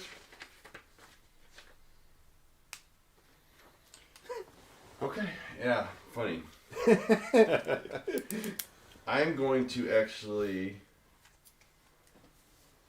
not take an offensive weapon here. First of all, I think they are going to trade it. I don't think they're going to take the tight end. They don't need another offensive weapon. It doesn't help them, at least. I mean, it would. But all it does is it spreads the ball out more. Not when Julio's gone. He's not gone yet. So, I'm going to actually kind of change what I originally said. I'm taking linebacker Micah Parsons. It's actually a decent pick. It's a starting point to rebuild your defense around. So I don't hate the pick, but I don't love it either. I mean, their defense definitely needs improving. Mm-hmm. It's needed improving for a while. I mean, it had some moments. Actually, I can't say that. The year they went to the Super Bowl, actually, that defense was pretty decent, but it's been declined since. So now we got apparently Guy's favorite team for the day, Cincinnati Bengals. Mm-hmm. So the Bengals need wide receivers, which I don't necessarily agree with, and an offensive tackle. So, Guy, who should pick? I know there's a lot of talk that Burrow's been wanting to draft Jamar Chase because they're from LSU. If Pitts was available, that would be very tempting as well. But he's already gotten hurt. Burrow's already gotten hurt. You got to protect him.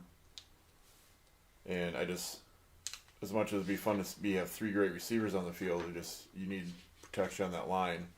I know they got signed the guy from Minnesota. I can't remember his name off. Riley Reef. Mm-hmm. Yes. They have their number 1 draft pick from 2 years ago. Jonah, I can't remember his name either. But I think you just keep going and protecting him, so I would go Penei Sewell here for me.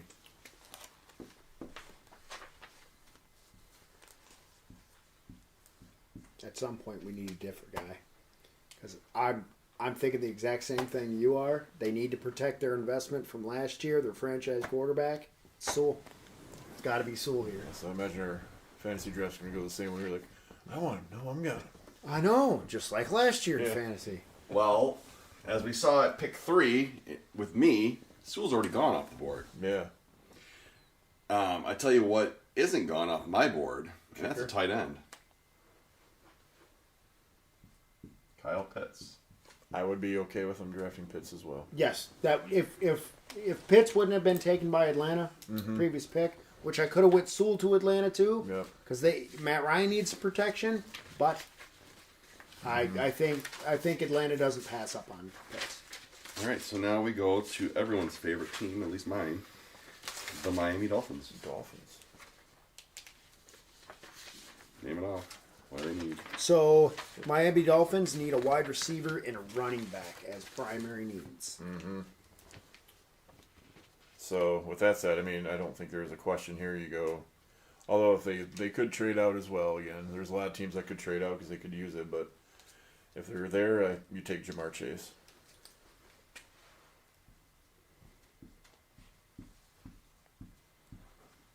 Okay. Tony? This is where we differ, guy. With the Dolphins, they got Parker. They just brought in Will Fuller, and they have. He's been hurt. His name's escaping me.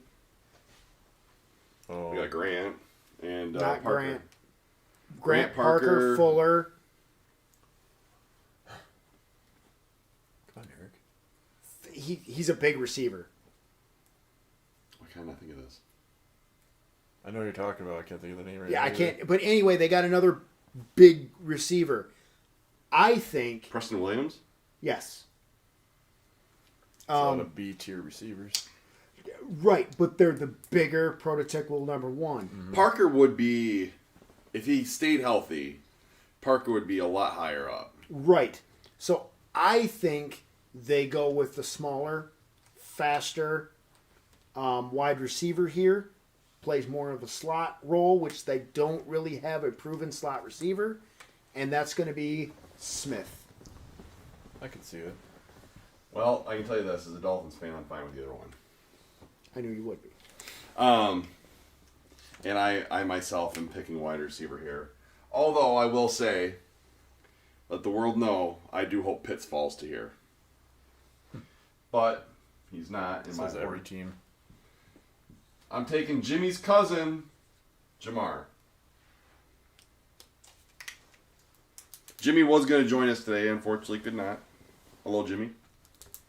That would have made things a lot interesting. I would have been making fun of Eric so much, Jimmy would have took that. That's not what she said. All right. So now we go to Guy's favorite team, at least for his 1A team, the Detroit Lions. What do they need? They need a wide receiver, a cornerback, and an offensive tackle. Yeah, they need more than that. Yes, they do, but that's their primary needs. Do you want me to keep listing their secondary? Because there's a lot of them. My blood kicker. All right, so Guy, what are they taking? What are your Lions taking? I feel like they need to take a receiver because they don't really have any receivers right now. But I don't know if any of these receivers really fit a number one receiver that are left on your board. That are left on my board, which is everyone except Chase. Cornerback they could use. I don't know if they did struck out last year. Cornerback for that Ohio State dude. Ohio State guy. Yeah, he was awful. Or they could go the boring pick for the Lions, but they do need offensive line help. They've always needed offensive line help. So here I would actually go with Rashawn Slater. Kind of a boring pick, but they need to build that foundation.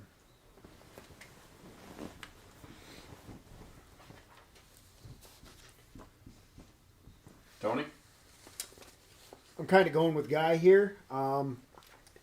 They have okay receivers. They'll get the job done. Jared Goff's not the future of this team. Mm-mm. You need to start building your foundation on offense from the offensive line. Slater. It's got to be Slater. And like we touched earlier when we were breaking down all these positions, Slater's the better run blocker out of the top two tackles. So therefore, they're investing in Swift, not necessarily Goff in the passing game. Because no one cares about Goff. Right.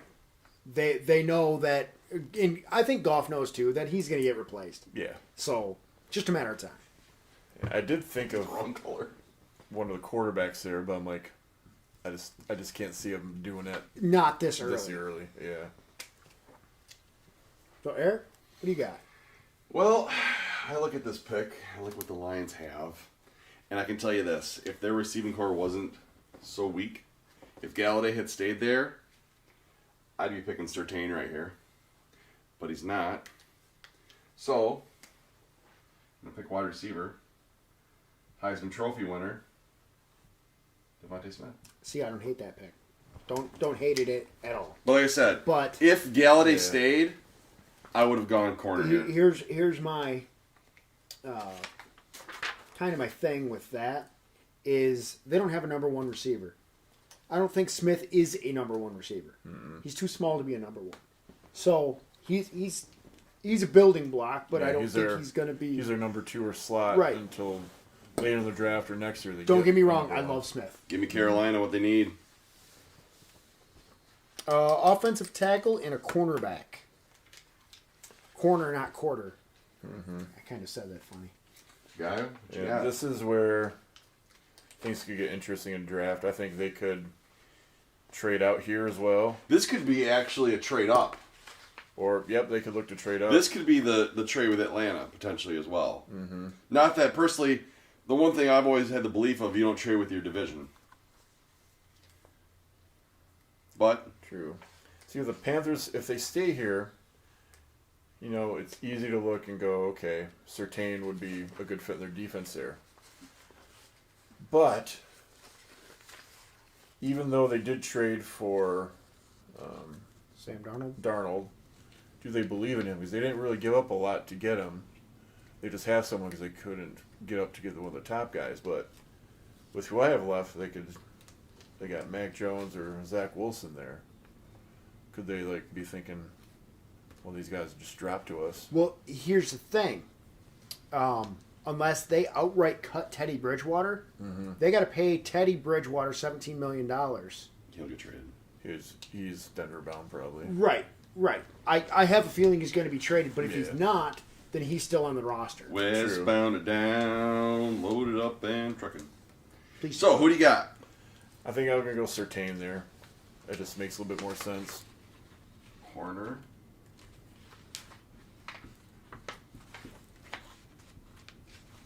Going? I am actually going to go with a secondary need for the Panthers that obviously wasn't listed in the primary, and that's linebacker Micah Parsons to team up with their stud safety that they got last year with Jimmy Chin. Yeah. Start building a decent defense over there in Carolina. Which they've never really had a full-on defense. They've had good players, but they've never been a full-on good defense. Right.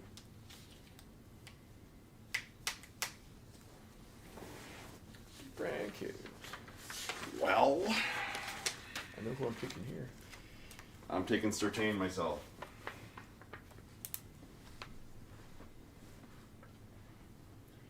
I think you get to a point where there's just a good player that's hard to pass up. Yeah. I don't hate the Micah Parsons pick there either. I mean, they could go. They have a lot of needs, so anything fits. All right, so speaking of those Denver Broncos, and of course this could be another position of moving up. Mm-hmm. What do they need? They need a linebacker, corner, and a quarterback. I think they look at the board and they're like, oh, Wilson's fallen. Mac Jones is there too. I think Mac Jones is more of a John Elway kind of guy than Wilson, but will someone talk Elway out of one or the other? I think they'll go. I'll go Zach Wilson here just because they're going to buy into the hype train that this guy fell to him, but he'll just end up being nothing because that's usually what happens with their quarterbacks. Let's just throw this out there so everyone knows and thinks about this. So the experts, of course, I'll say it's going to be Lawrence, Wilson, Fields, or Mac Jones, one of those three. As quarterbacks start dropping, you're going to see these guys down here wanting to start coming up. Mm-hmm. So that's where it gets crazy. So, like with this pick with the Broncos, even though they need a quarterback, and they could use whatever they pick in the value of the 9th pick overall. The Patriots also need a quarterback, and Belichick is not shy from trading up to get who he wants. Mm-hmm. So this could be a position that the Patriots pay up for to move up within these next couple picks. If what guy me and Eric are projecting that Zach Wilson and Mac Jones are sliding this far, the Patriots are probably, or a quarterback needing team, maybe Chicago, moves up to try and get one of these guys. Denver's staying there, though, right now. So. Denver's staying there right now. So with this pick, I'm also going quarterback, but I'm going Mac Jones here. It's got a reverse psychology in that. Like, you probably would like this one, but someone would talk about to go to that one. But that could just be... Right. I think with Eric's point earlier, where BYU doesn't play the competition Alabama, with how many times that Elway has drafted a quarterback and it hasn't worked out, he wants to go to the proven guy that's played the competition. Yeah, Jones only can throw 10 yards down the field accurately, in my opinion, but that's what Denver needs. They have the receiving core to make whatever quarterback is in there good, except for Drew Lock.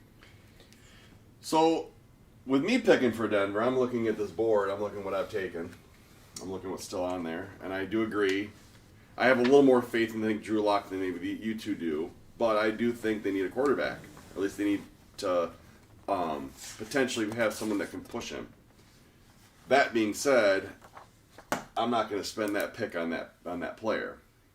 What I'm going to do is I'm going to put it in the offense tackle position. Matt Slater.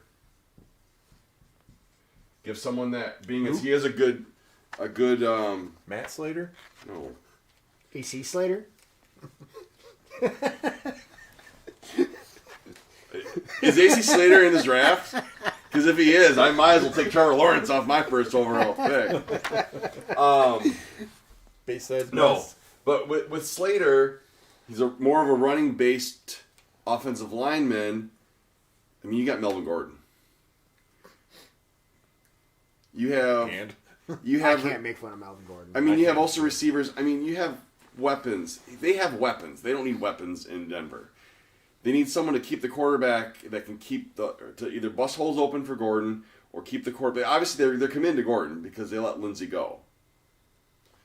So I want to protect Locke and I want to bust holes open for Gordon. So I'm going Slater at the 9th pick. On to Dallas we go. All right, both let me go hands, back to eventually here. You need one of the hands. Dallas needs a cornerback, an offensive tackle, an edge rusher, and a tight end, which I don't agree with them needing a tight end. It was just on the list. They have two good ones. So we got Cowboys on the board. They probably would have loved to have been able to draft Surtain, but since he is off the board, I think they still look at going at a corner. And I think they will go. I don't know which one they want, but more. I'll say J.C. Horn.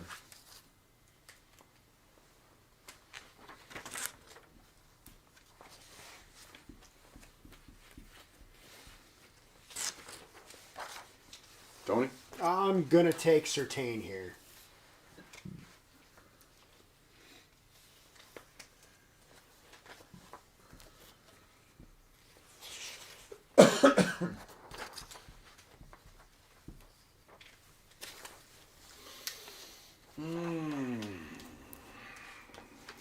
Let's see what you got here. Well, yes, Surtain would have been a lock here.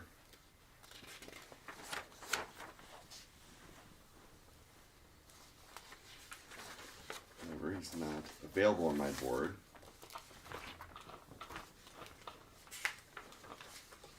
I'm not going to take a quarterback. And we all know they don't need a running back, of course. No, they got Pollard. That's the point I was going to make. They obviously don't need a receiver. No, they got Gallup.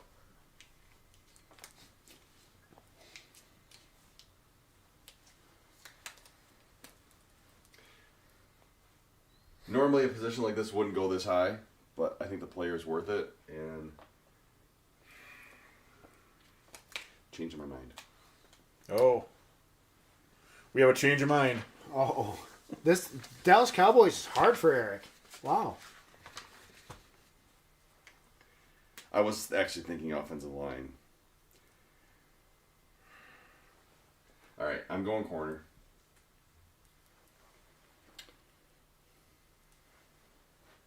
I'm going with Chris's kid.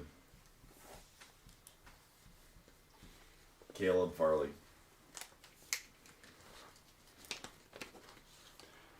Let's go with the Giants. Division rival. Giants, they need wide receiver, edge rusher, and a cornerback. Some could say they need quarterback, too. I agree with that. Yeah. Jimmy won't, but... What does he know?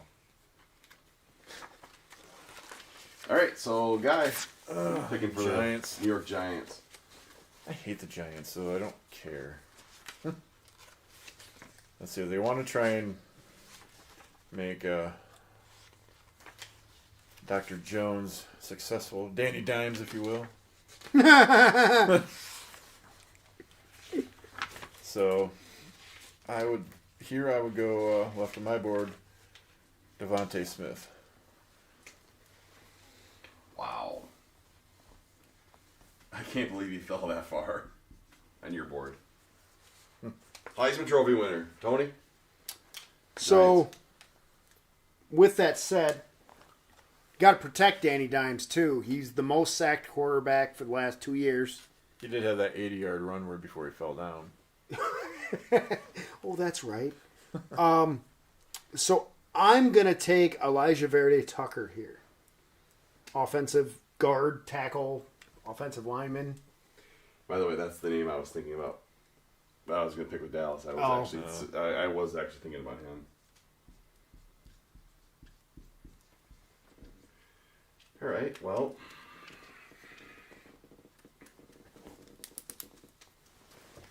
They have a lot of needs, actually. I think the Giants have more needs than you listed, really. Yeah. They have a lot of holes. That's just what I researched that they needed. So They could use help all over the field. Actually. everywhere any position could be good here. I just think that Tucker, because he can play guard and tackle there. I'm going wide receiver. And I can't believe I'm the first one that's taking him off the board. Going Waddle. Shepard has not turned into what I thought he was going to be. No. And he has moments, but I don't know how much I trust Slayton.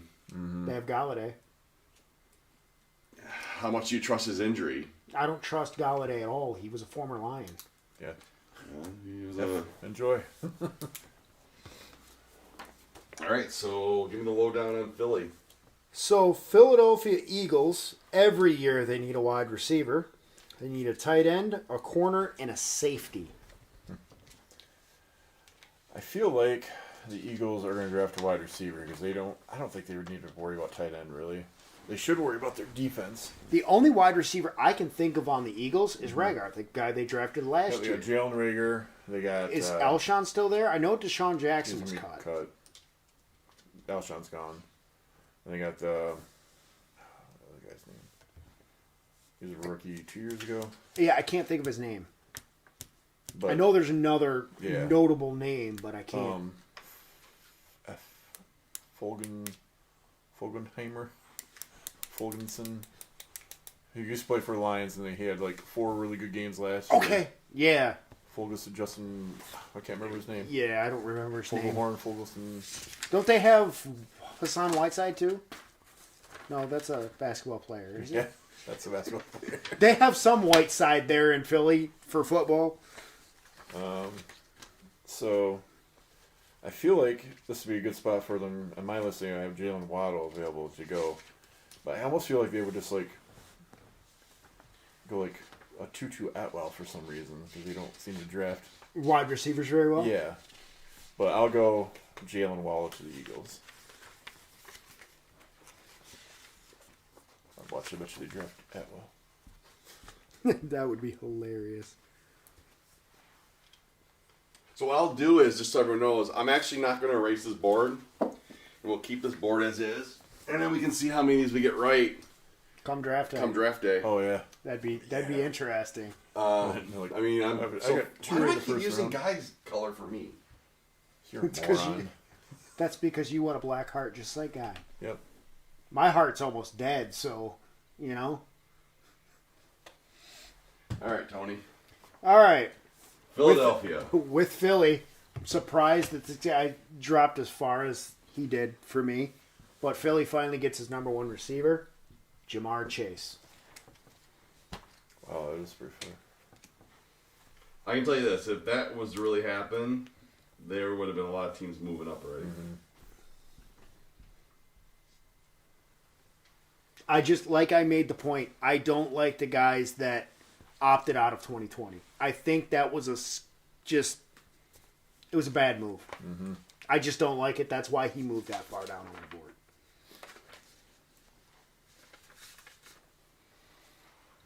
I'm going to take the pick I was originally thinking about for Dallas, actually. I'm going with the guard here. Tucker. I think they're going to I think they're going to give Hurts a chance. Let's give him a chance. That's why I picked him a number Chance one receiver. Womack for president.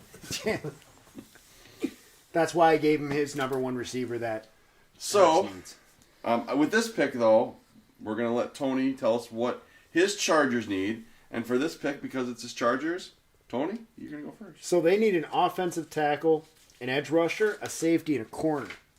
Now, if Slater or Sewell falls to the Chargers here, me being a lifelong Chargers fan, hands down, I want to protect Herbert. But the matter of the fact is, the top three offensive linemen are off the board. Jalen Waddle is still on the board. Let's get Keenan Allen some help because Mike Williams is worthless.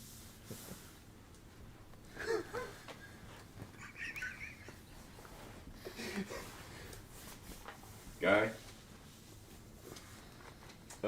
I agree with them needing to get a Bear some help over there. And I'm going to go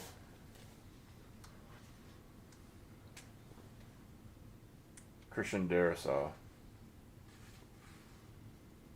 I like the pick. Obviously, offensive lineman. Mm-hmm. I just couldn't. With the wide receivers that the Chargers have, Waddle still being there, A couple of those guys that Keenan Allen is ninth year. Mm-hmm. They need to build someone. They had a couple of receivers that were rookies last year. Guyton and is a P in the name or something?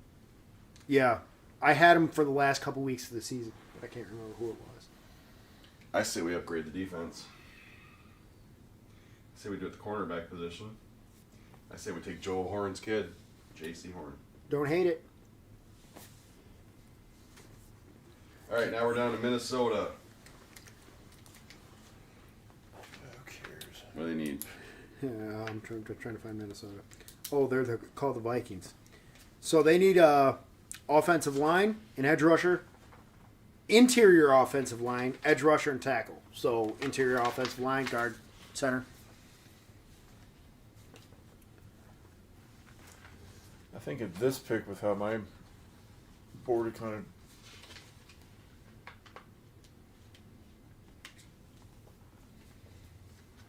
I think Micah Parsons isn't a need position, but he's dropped pretty far. So I think the Vikings will go Micah Parsons here. Good pick. Good pick.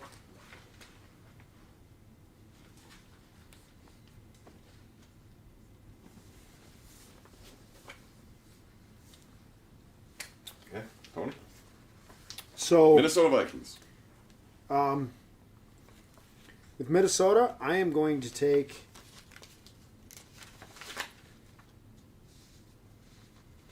I lost my page.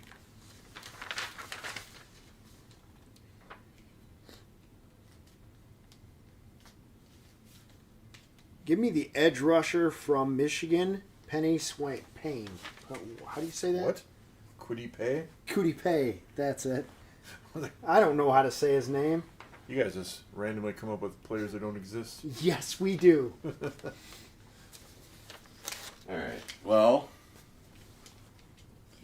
I'm going to look at the Minnesota Vikings, and I think I'm going to go offensive line. You know, they have this really amazing running back that they need holes for. So, you know what? I'm taking a guy that has experience in big games. Center, Landon Dickerson. Sorry. All right, so we're up to New England. The New England Patriots need a quarterback, a linebacker, and wide receiver help. And so the Patriots stay where they're at, and they get their choice of really good players that they actually need. And how my list has played out, they take Mac Jones. Who? And again, you know, like I said, I see the Patriots moving up when we were making the Zach Wilson, Mac Jones pick at Denver. Yeah. I'm taking Zach Wilson here. Surprising he fell because the expert consensus say Zach Wilson's going to 2. I am going 15. Well, I think Belichick's going to contact his old buddy down in Alabama. And I'm going quarterback myself, and I'm going with Mac Jones. What? No offensive lineman?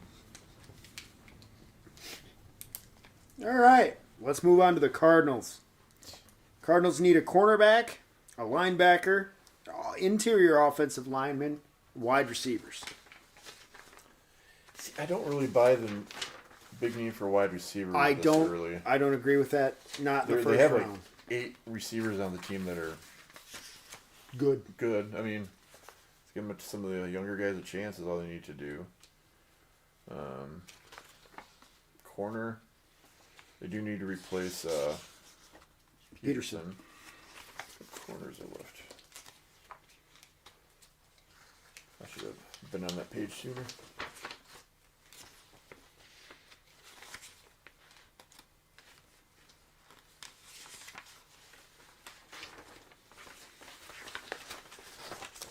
My list here, I think a need they don't have listed as one of their top needs is running back, because I don't think Chase Edmonds is a 3-down workhorse. But I don't know if they would go.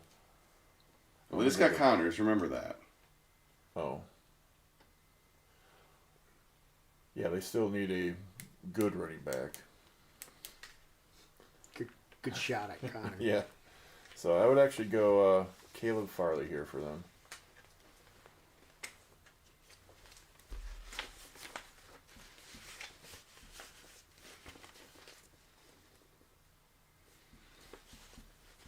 Tony?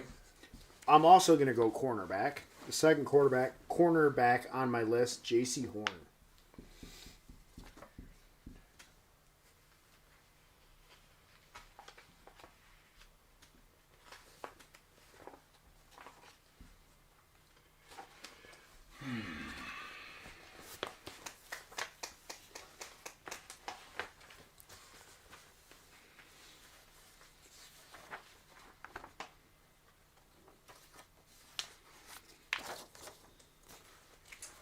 I'm going to go a different direction.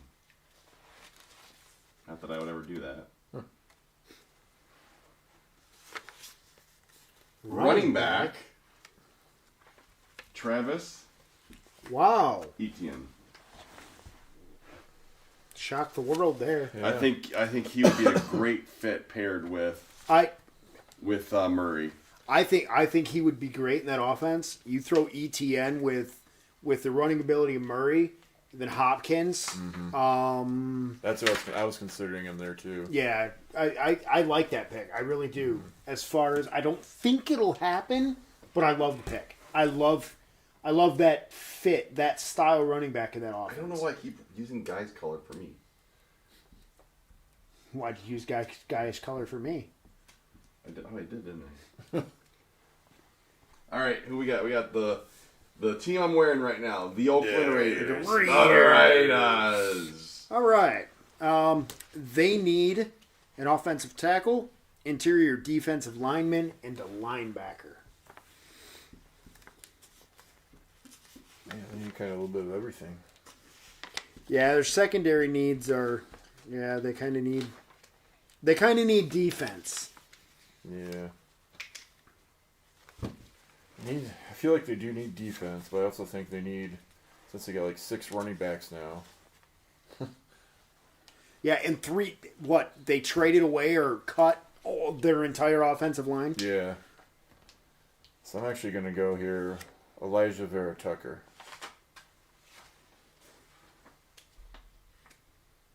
AVT.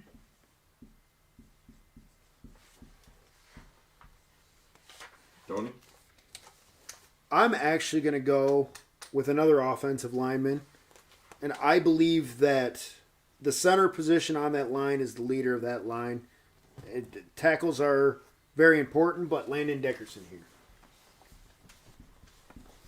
And neither one of those picks are Mayock picks, but we're taking them anyway here.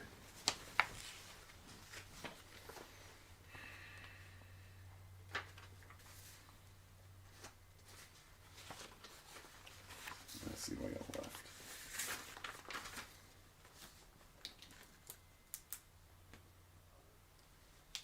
What are their needs again?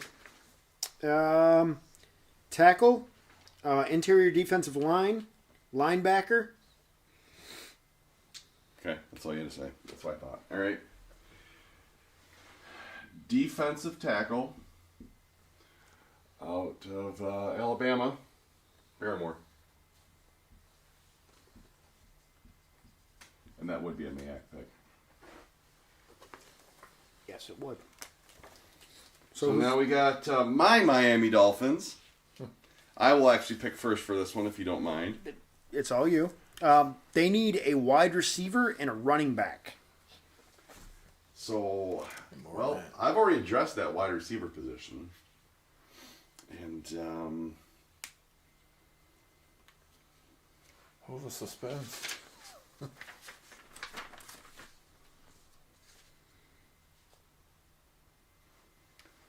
not that I'm a fan necessarily of this guy, because I'm really not a big fan. I know I made this big point earlier of I have no trust, but I think it's a good spot for it. Running back, Najee Harris.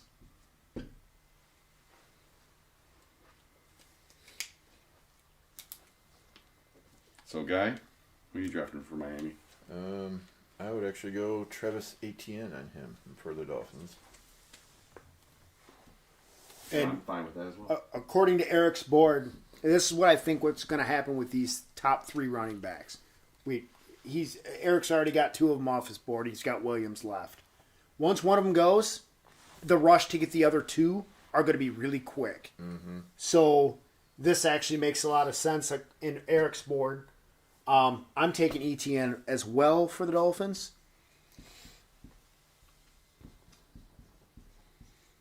All right.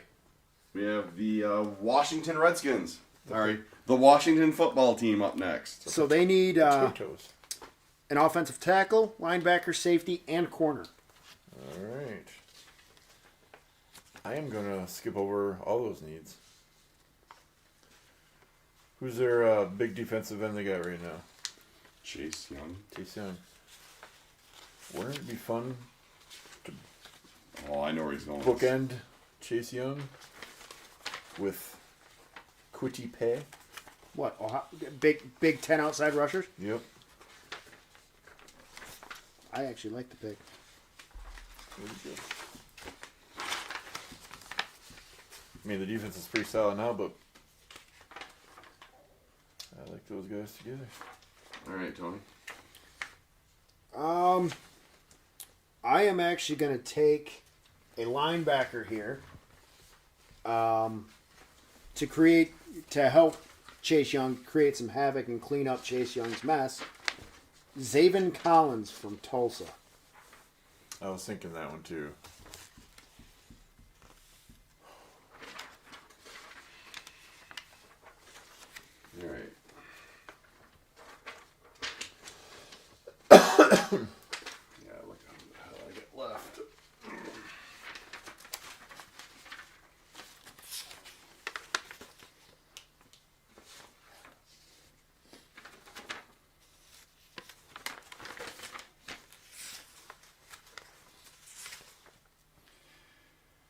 I am going to go myself, defensive line.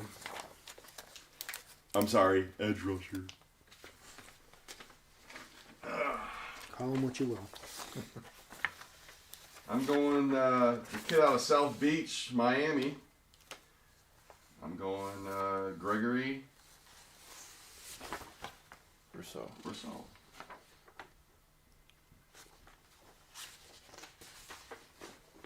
Right, now we go to guys' other favorite team. The Chicago Bears. Ja Bears! Man, they need so much more help than what's listed here. So their primary needs are quarterback, offensive tackle, wide receiver, and cornerback.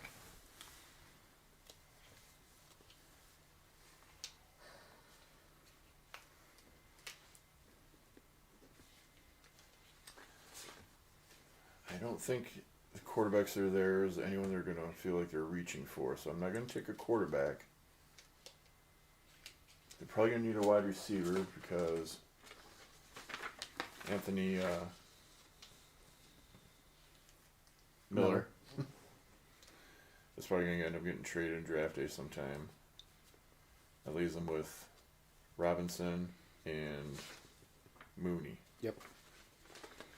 They could use someone else. Yeah. They do have Cole Clement. True. So they don't want to take a tight end. I think they're going to go with Rashad Bateman, wide receiver from Minnesota. Nice pick. I like that pick.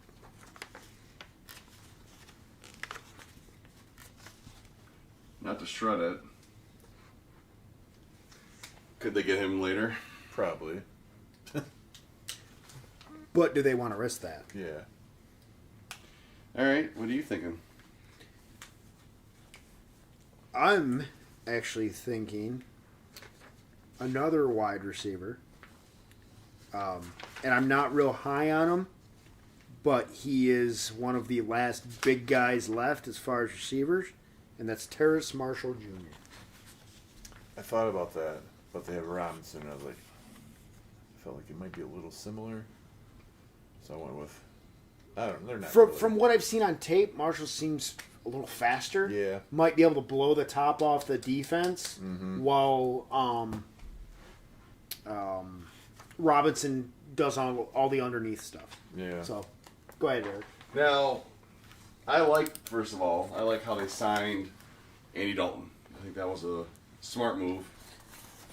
And I think Andy will do well for him this year.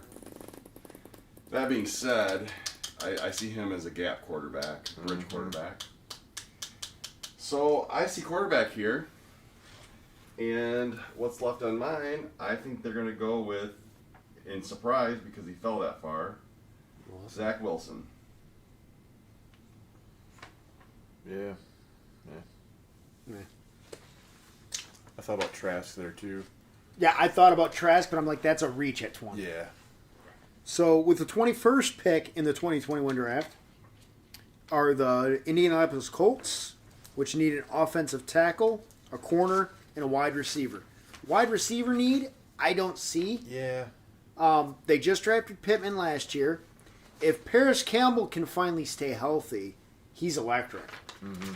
And then they just brought back T.Y. Hilton for another year. So I think the wide receiver position can wait a year. Oh, and then they got Pascal, too. Yeah, that's true. They just signed, or he just signed his second round, whatever tender thing. Who was their offensive lineman that retired? Castillo. Yeah, Tackle. He was a tackle? I already tell you guys, I am going for offensive line when I pick for this pick. I'm going there too. Yeah, me too. Which one do I want to do? I just gotta find my. I think for them, needing offensive line just to shore it up, I would go Jalen Mayfield from Michigan. Offensive tackle. Because that you could always improve defense, but their defense is pretty good right now. All right, Tony? So, with the Colts having the amazing offensive line that they do have, I want to draft a tackle to try and replace Castillo. So, I'm going Kristen Darshaw from Virginia Tech.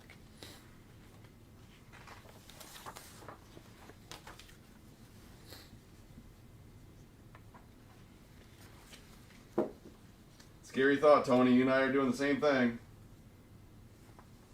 What? We finally agreed on a pick except for the first 2 picks? What? What is happening? Am I the weird one with the picks today? No. You are. Yeah, that's right. I forgot. All right, so up next we have Titans. Tennessee.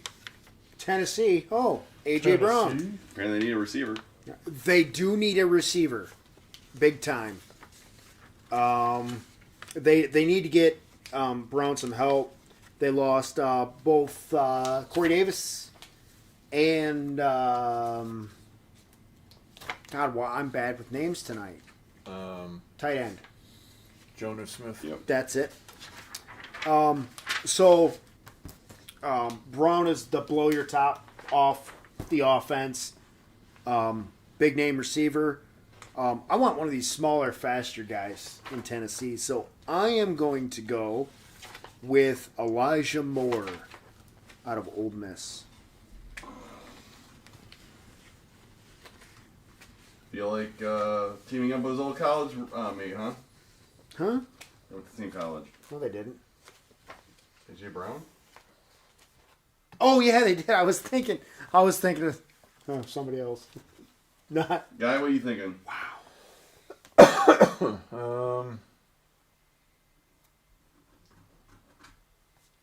receiver. I don't know which one would fit in best there.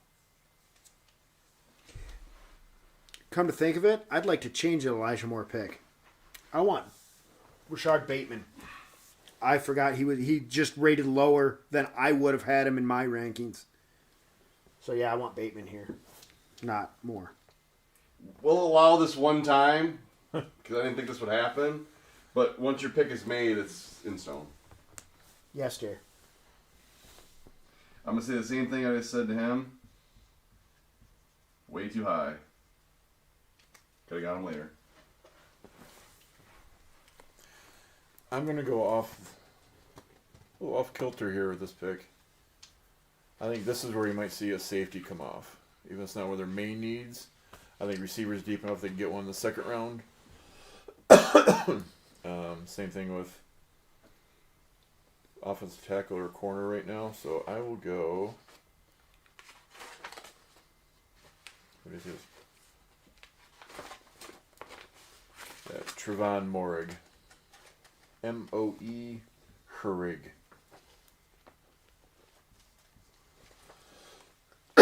Here's a question for you guys. If you would have went another direction with the Bears pick and Bateman was there for Tennessee, what if I you would took taking Bateman for Tennessee. I just wanted to clarify my pick. I kind of thought about Elijah Moore there too, but I have a different spot I already see him going at. So I was saving him.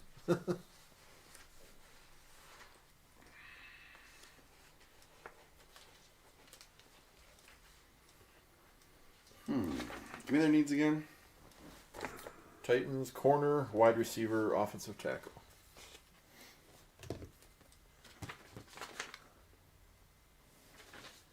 Man, I hate when you're waiting for a text message and you never end up getting it. Don't you hate that? Yeah. All right. I have the kid high, so this is a receiver.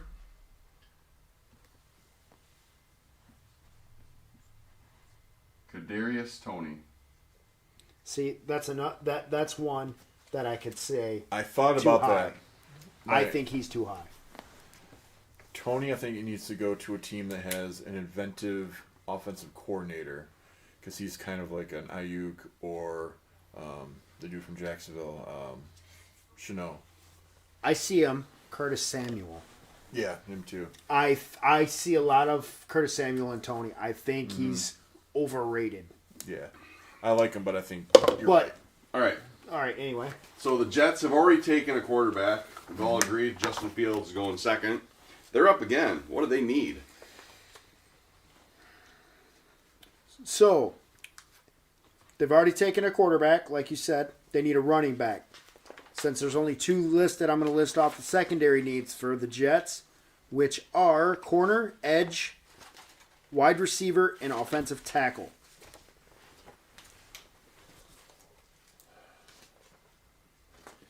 So you would think they would probably go running back here. They need a running back. But do they really need a running back? They have a couple of younger guys. They have P. Ryan and they still have Josh Adams on the team, which never really got a chance anywhere yet. So I don't know if it's a first round need right now for him. So I don't think it's going to be running back. Could they pull a Washington potato and draft another quarterback just to make sure at least one of them works out? Probably not. But I just like to say that. So I'm going to go the Jets taking Gregory Rousseau because they need defensive help as well. So the Jets, they need help everywhere. I know. Tony? I'm actually going to take a corner back here. Caleb Farley, son of Chris Farley, according to Eric. They look just alike, too. Somehow, I don't believe that. All right. If, on my board, if Etienne or Harris was still available, I would go running back here. However, they are not on my board. So I'm going to take another Alabama guy, someone who could play at either offensive line spot, guard, or tackle. I'm going to go with Alex Leatherwood. Boring. Well, I picked a corner. All right, so now we got the Pittsburgh Steelers. Mark Thompson, this is for you. So, Mark, you need a cornerback, an offensive tackle, interior offensive line, and a running back. I think the popular opinion is they would take a running back, Najee Harris, if he's still there. I see it, but I don't think they do that. They're called the Steel Curtain for a reason, or in the past they have been. So I think they still want to shore up their defense. So with their pick, I would go Jeremiah Owusu Koromora. You gonna write that all down, Eric? Which one did you take? Jeremiah. I mean, is he's linebacker, right? Or which inside? Yes. Yeah, he's Inside linebacker. Need tabs? They spell that? Corum. All right. Just Jeremiah, okay. Okay, I'll put okay. Yeah. All right, Tony. Steelers needs, or Steelers, what do they want? What do they want? What are you giving them? Oh, middle finger. this one's tough because I don't like a running back here because they don't. Their offensive line is in shambles. They're one of the worst offensive lines in the league. So why draft Najee Harris just to beat him up? Shorten his career a little bit. So I am going to take.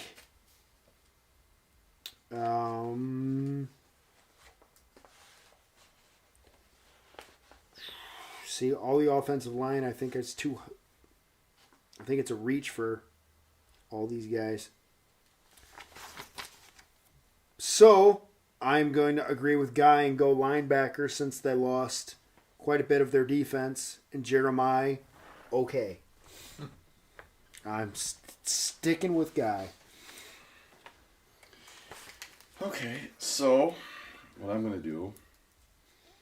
First of all, I'm moving a player that I said in the stream earlier I have lower. But I'm not drafting this. I'm looking at how they might draft it. Now, if Najee Harris or Etienne was still available, I'd be taking one of those players right now. They're not. It's too early for Williams. And although, yes, I do like the selection of adding the defense and maybe even the offensive line, and although I think the future could potentially be there, just to be safe, I think we take a quarterback. Kyle Trask. What about Dewey? What about Ian Book? Quarterback, Trey Lance. Oh, wow. Oh. I said I'm drafting how they might look at it. I would take Trask over him, but I'm looking at how I'm trying to look at how they would look at it. Essentially, he did what we did with San Francisco, only he's learning from Ben Roethlisberger instead of Jimmy Garoppolo. Good choice. Good choice. I like that in you, Eric. Even though you're wearing a Raiders jersey, All right, so now we're on the last pick before I got to turn the board around. Pick 25, Jacksonville. So Jacksonville needs a quarterback, which all of us are in agreement they already got one. So they need offensive tackle, wide receiver, and a safety. I don't believe in the wide receiver. They have 3 excellent receivers. Yeah. Actually, the one guy we didn't talk about, I can't remember his name, but he was good too. Colin Johnson or something. Yes. See, here is where I start looking who's available and the teams left to draft. Because Najee Harris is still on my board. Don't draft a running back to my James Robinson. Please don't. But there's only 2 teams I see that might go running back left. I can't see the I don't know who the Jacksonville would take here. This is actually a tough pick. Keep in mind, they do have the first pick in the second round. Yeah.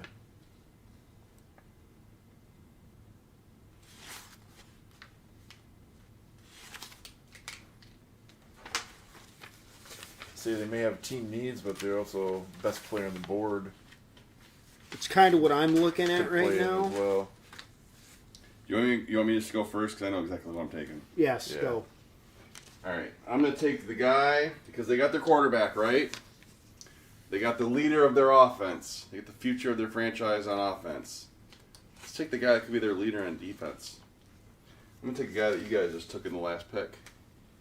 I'm going linebacker and J.O.K.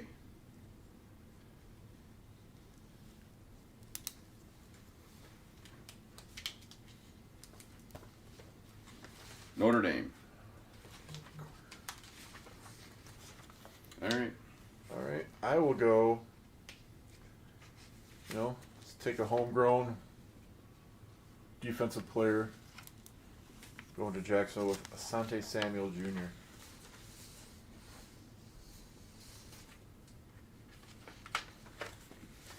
I don't think he'd go that high, but it's a need. Tony? I'm going to go with Tevin Jenkins from Oklahoma State, offensive tackle, to protect their number 1 overall pick. I thought about that too, but I thought they'd... I actually thought about that guy myself. I think it's a reach, but they do need to do something on that offensive line to protect Lawrence. My feeling with reaches in the draft is get your guy that you like. Right. Like last year fantasy draft, I went out and got A.J. Dillon. I could have had Justin Jefferson, but I went A.J. Dillon. Yeah. All right. Guy, give me the Browns. What do they need? Browns need edge rusher, inside defensive lineman, wide receiver, cornerback. A little bit of everything.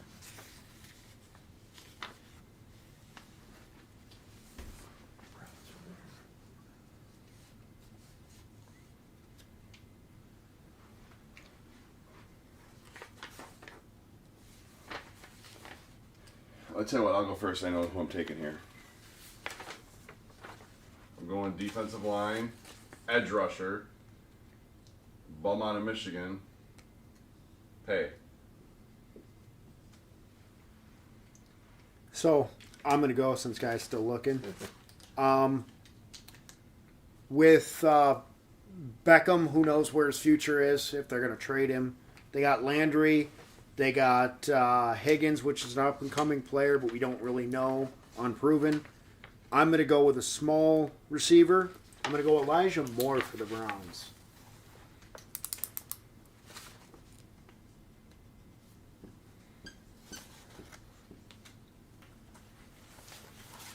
For the Browns, I'm going to go Jalen Phillips. Can never have too many hens.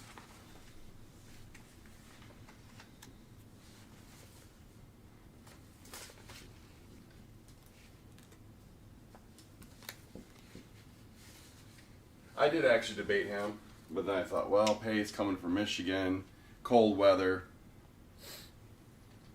All right, let's go with Baltimore. So they need an edge rusher, an offensive tackle, a safety, and a wide receiver. I think here, I know everyone says Hollywood Brown is their number one receiver, but I don't necessarily view him as a number one receiver. I think he'd be more successful just playing straight out of the slot. So your number one receiver, I think you want to look at someone good size, someone you can depend on. I think they go Terrace Marshall. At LSU? LSU. Which, if they hadn't traded with the Chiefs, would have liked Terrace Marshall with the Chiefs pick. Gee, I wonder why. Because you can't rely on Kelsey and Hill for the rest of his career. you can't rely on Kelsey and Hill. All right. Tony, who you got there? I do, if you don't. Go ahead. All right, I'm going defensive end. The guy I was going to pick on the last one. I'm going to go Phillips. I'm not talking Bill. I'm talking Jalen. Oh, good old Bill Phillips.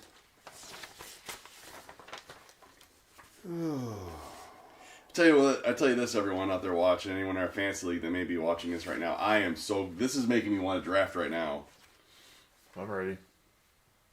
All right. I'm also going to go edge rusher, and I'm agreeing with Eric. Phillips? Yes. I think Baltimore has built a reputation around defense, and they're going to continue to do that. As long as Harbaugh is there, they've been defense. If you got a Harbaugh, you got a chance. All right, I can't even say it with a straight face. That's embarrassing. Can't Saints. believe you said that. All right, the Saints. They need a corner, a wide receiver, edge rusher, and linebacker. See, with the Saints here, I think you're also looking at like best available. They don't need a running back. I will go with Zaven Collins, linebacker from Tulsa.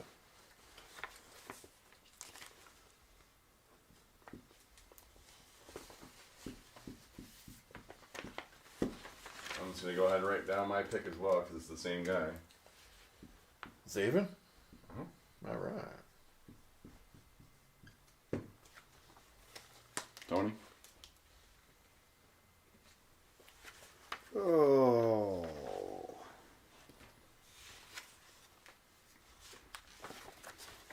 I think they are going to go...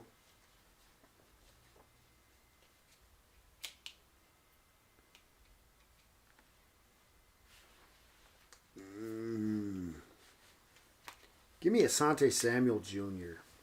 They want to go with the proven, well, not really proven, but the pedigree. Yeah. It's all about the game and how you play it. That's It's right. all about control. It's all about debt. Who's going to pay it?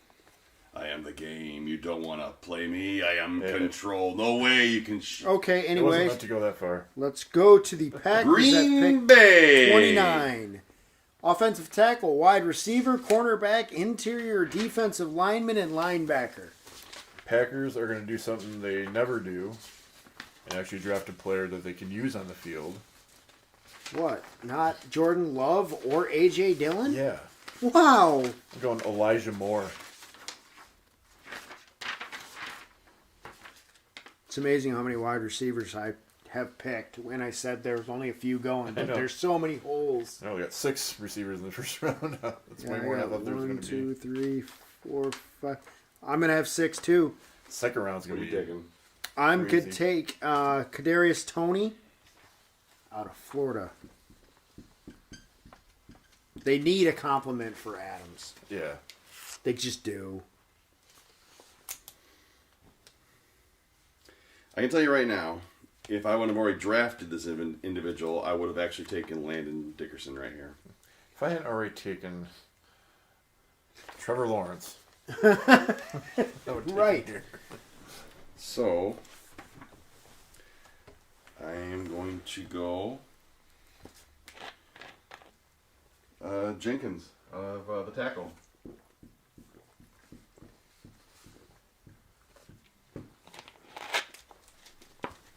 So now we got Buffalo. Oh, it's gonna hurt me. Buffalo. So Buffalo's needs are corner, edge, wide receiver, and running back. Because the running backs they drafted in the last 2 years in the 3rd round are terrible. At least one of them is terrible. I love Zach Moss. I don't know if Zach Moss has gotten a fair shake there, No. and he probably won't No. because they're going to draft Javonte Williams to Buffalo.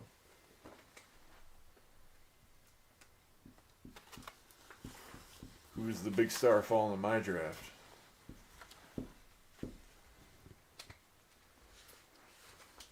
Mine was Chase. I know Yeah. who yours is. So I'm going to agree with Guy, and Buffalo's going to stop messing around with these 3rd round running backs, and they're going to get themselves Najee Harris. I thought about him, but I thought Javonte Williams might fit their team a little bit better with Allen. The way I looked at it is, so Javonte can do kind of both of them. Najee Harris is more what they thought Zach Moss was going to Yeah. be. So Singletary can be that 3rd down pass catching back. Najee can take the rest. What's their needs again? Corner, edge, wide receiver, and running back.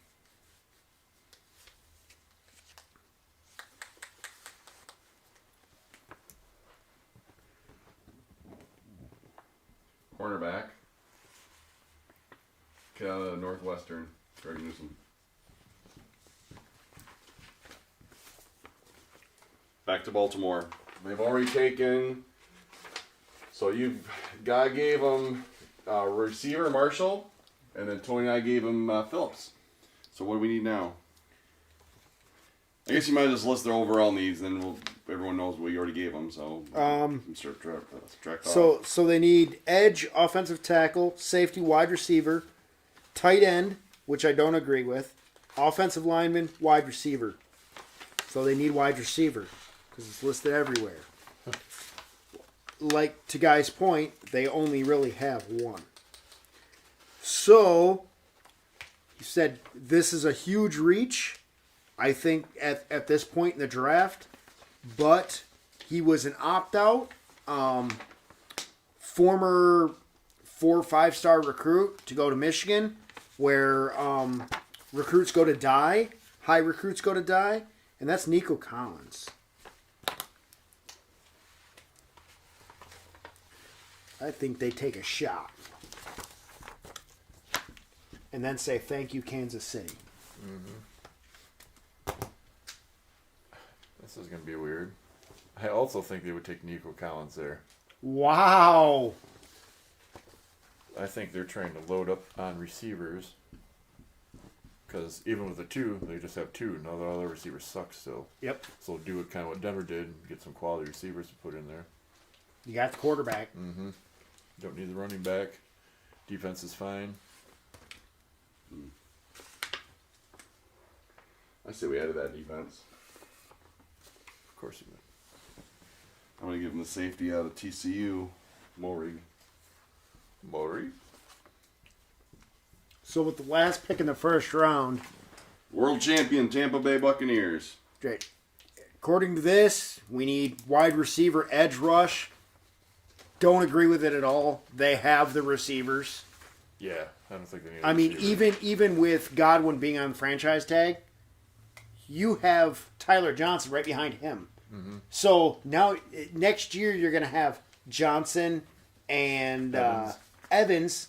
Probably Brown. You don't miss a beat. Yeah. 3 tight ends. Yeah. You got running back. Well, you can't really say that because you're going to be missing maybe Fournette and Jones next year. Yeah. And then you got Vaughn.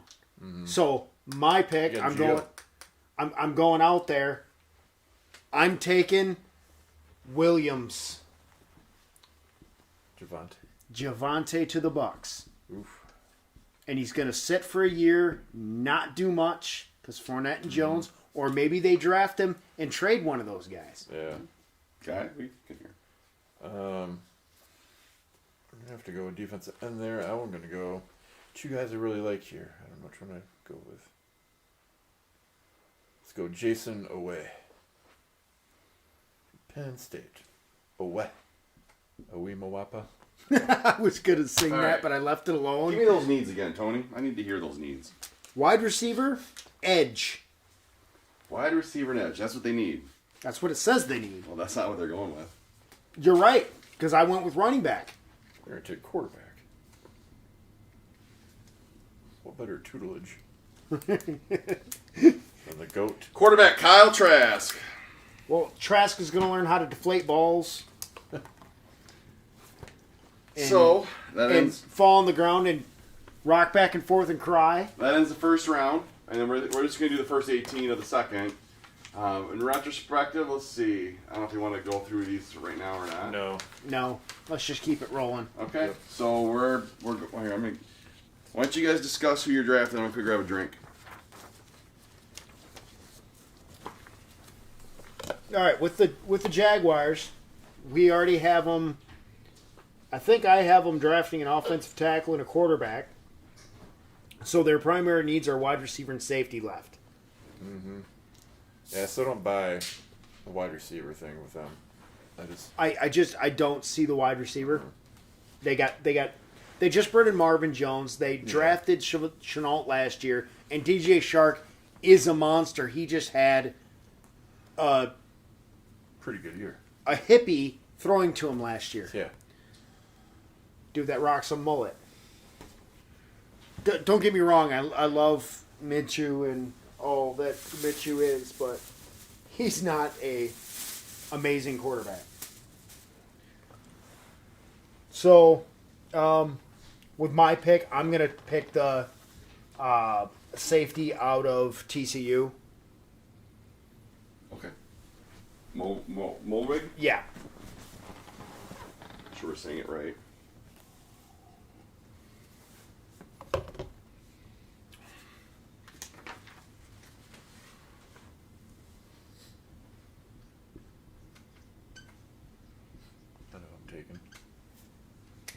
What are you taking? Jacksonville, they need to protect their investment.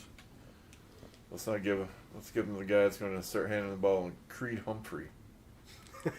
I thought about that pick earlier, and I was like, oh, I can't pick him yet. Because when Lawrence gets hurt, then Minshew comes in. Those guys are going to be best buds. I just want to see them both on the same team. Second round's where he gets wild. So what did I give him? Yeah. I gave him obviously Lawrence, and I gave him Lawrence. What else did I give him? Gave them Lawrence.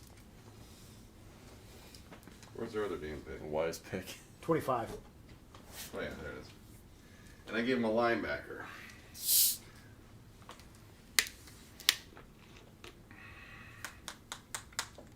Going tight end.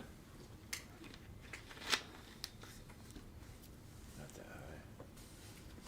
I'm going with Vermouth.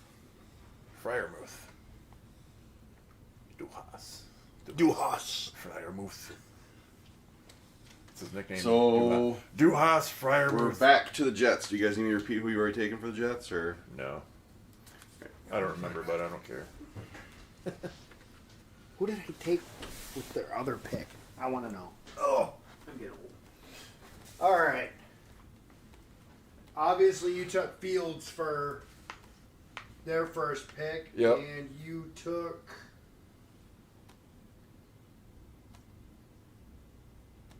Defensive end, Russo. Okay.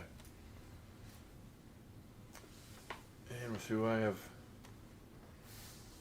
left here, I don't think they're going to be. Well, they might pass that. Let me look again here. This is where I start to not remember names.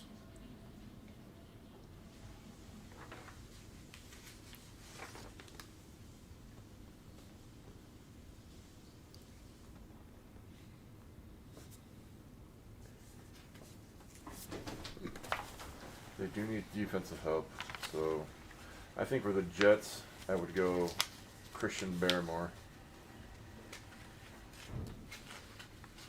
I wasn't even looking, and that's exactly who I was going to take. Really? Yep. Same thing? Yep. I thought about taking him with Jacksonville, and I figured they would want a little back end to help better than. He's not available on my board. I know. All right, so what the hell? So what I'm going to do, I'm going to take this guy because So I gave him already. I gave him Fields. I gave him Fields, and I gave him the tackle / guard Leatherwood. What are their needs? The Jets are running back, quarterback. Secondary is corner, edge, running back, You're wide good. receiver. You're good. Going running back. Javonte Williams. I hope it doesn't go to the Jets. So now we got Atlanta. Atlanta. And you guys both gave him Pitts. I gave him Parsons. I think I would go here on my board against Najee Harris.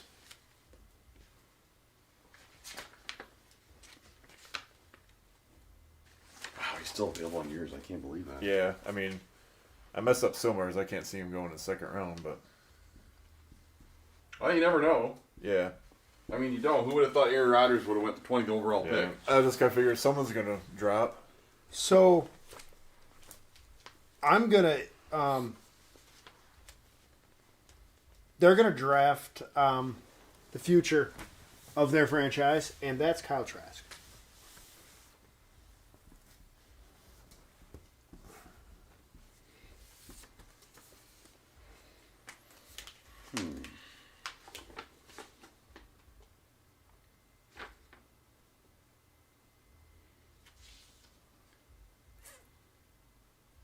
See what I did there?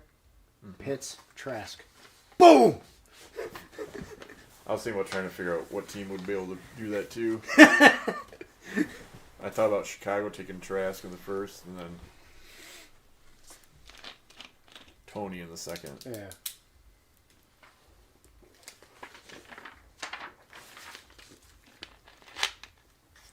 All right, I'm going to take...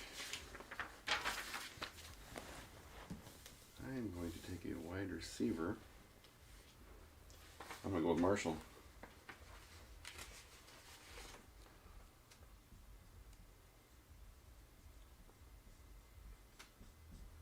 All right. My Miami Dolphins. The Miami Dolphins. All right, I see what I give them. So their needs are wide receiver, running back. Secondary are edge, linebacker, and safety.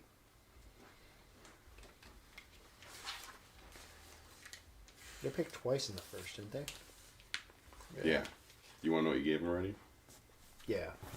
All right. So, Guy, you gave Miami Chase. Jason Etienne.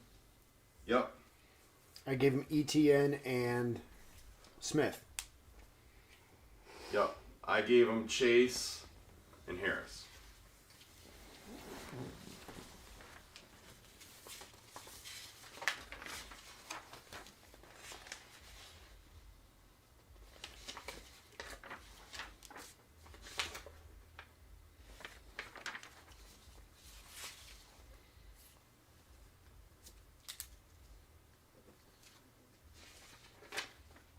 I'm going to take Greg Newsome for them, corner out of Northwestern.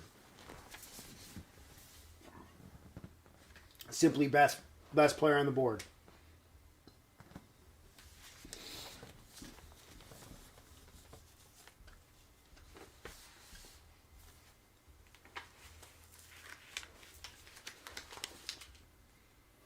Okay, what are you thinking? I can go if you don't know You yet. can go if you know. All right, I'm gonna go corner Samuel. And Philly's pissed as hell because I was originally gonna give him to Philly. I think I'm probably gonna go with. Lose a track. Might as well try and protect Tua a little bit more. So let's go with Alex Leatherwood. All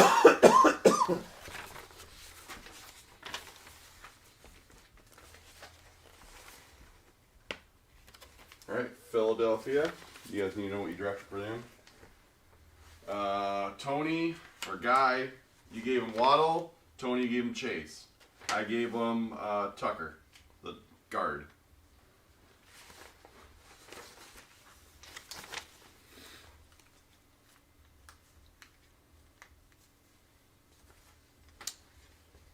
I'm going to go with Leatherwood out of Alabama.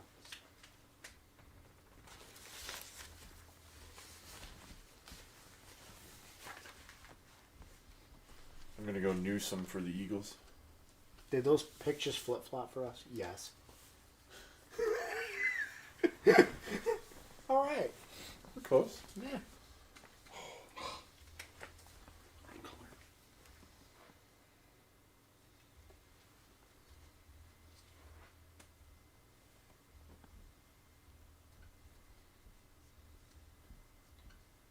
Now we're to the Bengals again. No, I still got a pick. I know. I'm on the Bengals.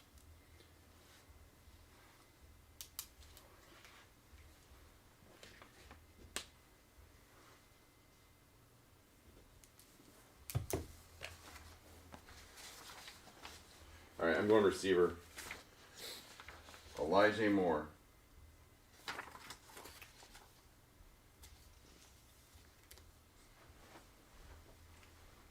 So the Bengals, you both gave him Sewell, and I gave him Pitts. So, with this new offense they want to score points, right? So, they just let go of their pass catching back. They need a new one, right? Michael Carter Jr. Ditto. Sometimes I hate you. I had to jump on that because I wanted to be the first one to draft him because I love Michael Carter Jr. That's where I was seeing him going because they don't have Gio anymore. Keep the offensive rolling. And if say in the draft Carter goes up higher, I'd say Gainwell there. Yeah. I thought about Freiermuth there, but I still think that was too high for him. Those are the two picks I was going. Oh, we got another fun draft coming up, I see. I know, and you picked, 3 times before I pick once? It's not fair. So far. So far. I'm going to slap you.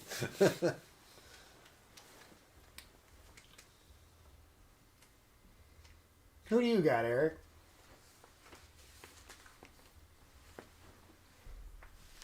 Defensive end. Out of Georgia, the edge rusher. How do you say it? Ojulari? I don't know. I don't think that was right. We get it. Ojulari. Ojulari. One of those crazy linemen we can't pronounce. Aziz Ojulari. What do you think? You just got to sound it out, Eric. So, who's next? The Panthers. Actually, linebacker. So their needs are offensive tackle, corner, By the way, he's a linebacker, not a defensive end. tight end, quarterback, linebacker, interior offensive lineman, safety, interior defensive lineman, cornerback. That's everything the Panthers need. Everything. Except for wide receiver. They're pretty good there. So Panthers first round, Guy, you gave him Surtain, and so did I. And Tony, you gave him linebacker Parsons. I'm going to go outside linebacker Joseph Osai. OSSAI.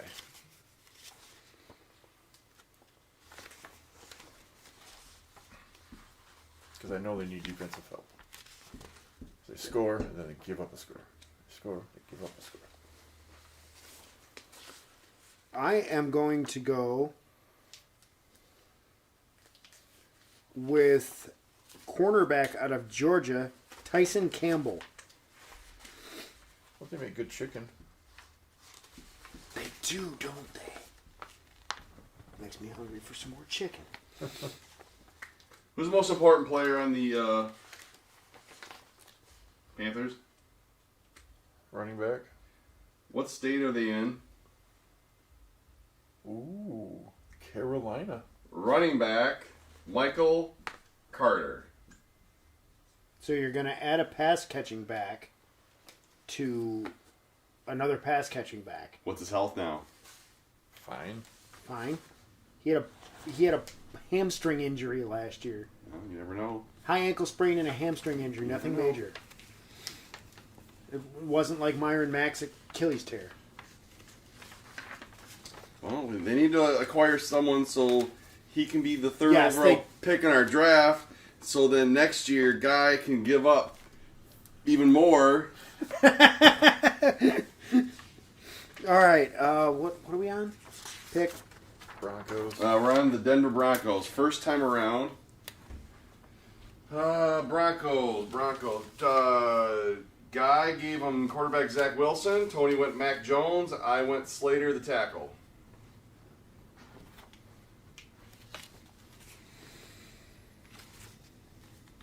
So here, I think I am going to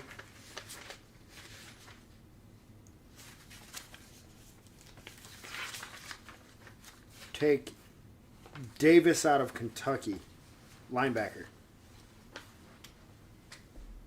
Jammin'. Jammin' Davis.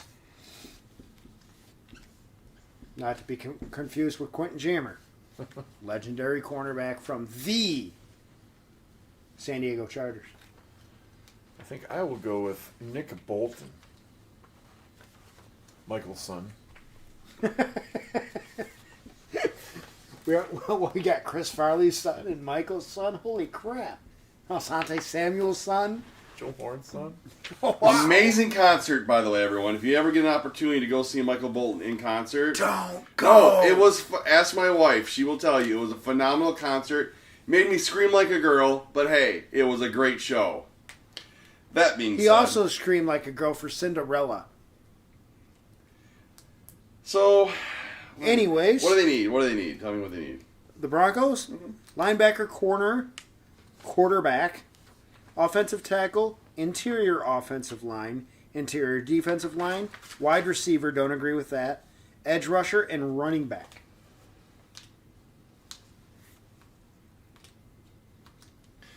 All right.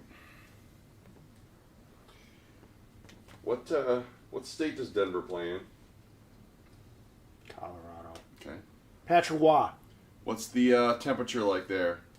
Is it Cold. so they need interior linemen. So if you need interior linemen, you want something that's going to handle the cold well. So you go to the state of Ohio for your product, and you get offensive guard Wyatt Davis. Biased. Yeah. I even wrote his whole name. Don't know why. Because you just wanted to write Wyatt. I was so excited about that pick for Denver. Not even Broncos fan. All right, now we're on the Lions. Lions, first round. First round, Guy and Tony both gave him Slater, the tackle. I gave him Devontae Smith, the receiver. This is where I think they go wide receiver. I think the wide receivers there with who I gave them, they got a tackle out of it. I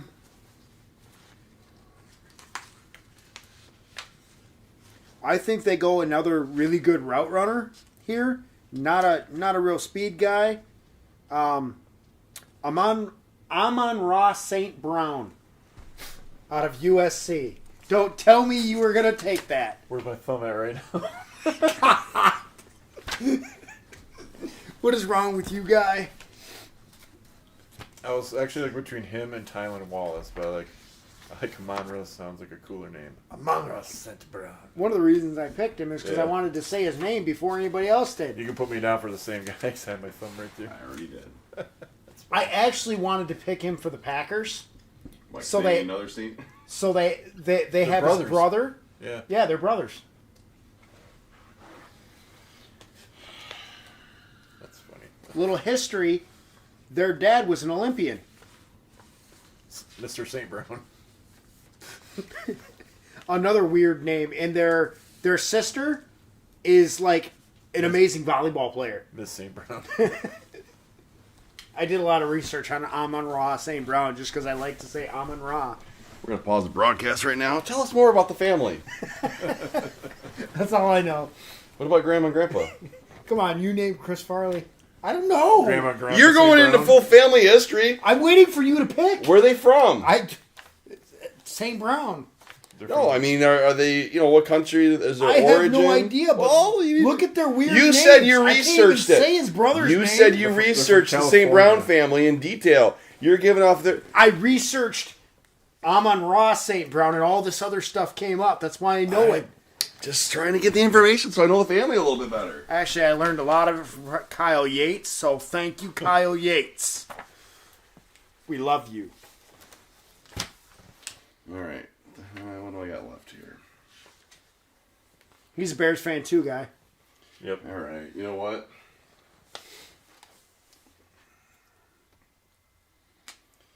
I'm going to keep him in state. Tackle. Keep him in the family. Get my next pick ready for the Giants. All right. Giants first round. If we match on this one too, Giants first I can't round. imagine it Guy gave him Devontae Smith. Tony went with guard Tucker. I went with receiver Waddle. What are their needs? wide receiver, edge rusher, cornerback, linebacker, offensive tackle, interior offensive line, edge, linebacker, tight end. Gonna give him Boogie Basham. Nope, I wasn't going there. No. What position? Boogie. Defensive end. Edge.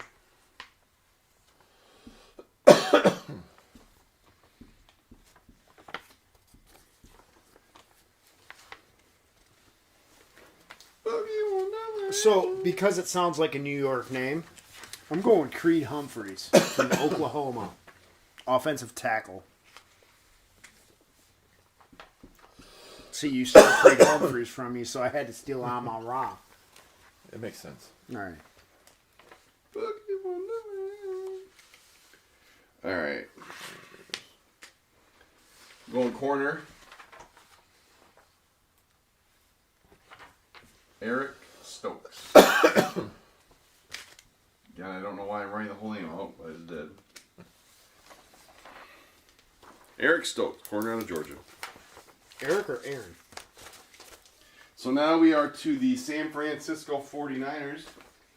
And you guys gave him Trey Lance. And I gave him Sewell, the tackle. What do we need in San Francisco? Quarterback, edge, interior offensive lineman, corner, and safety.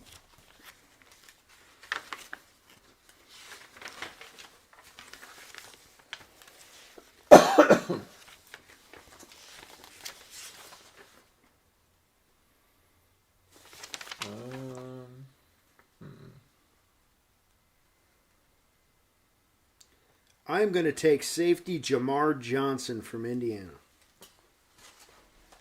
Really?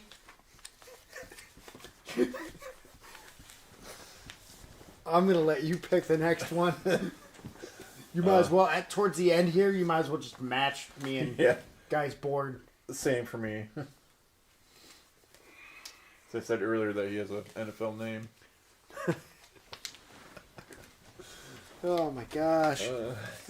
Not looking forward to this fantasy draft. There's going to be a lot of piss offness coming.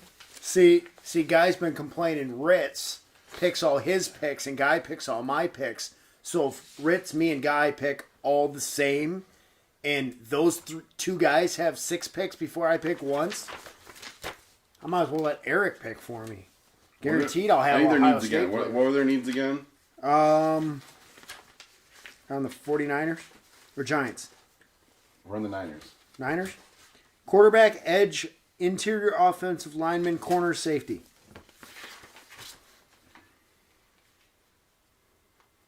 All right, I'm going center, Humphrey.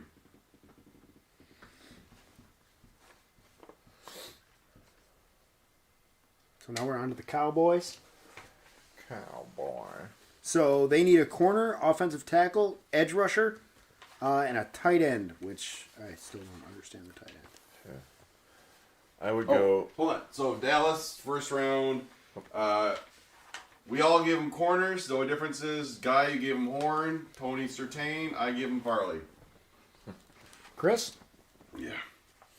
That's a big corner. I'll give him some help for protecting Dak here. Let's go with Wyatt Davis. From the Ohio State University. Sure. Same.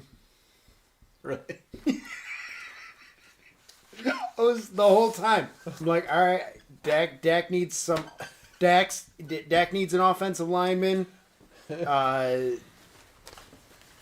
Pollard needs a lineman to run behind.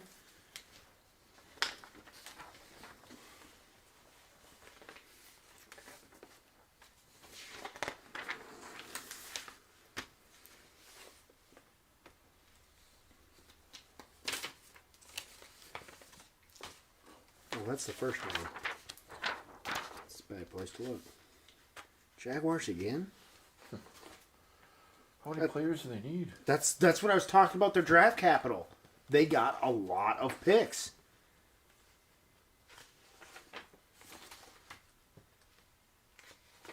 What are the Cowboys' needs again?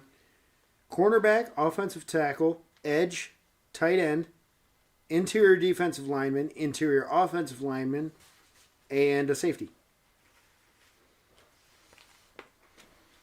I'll go with the edge guy, Joe Tryon.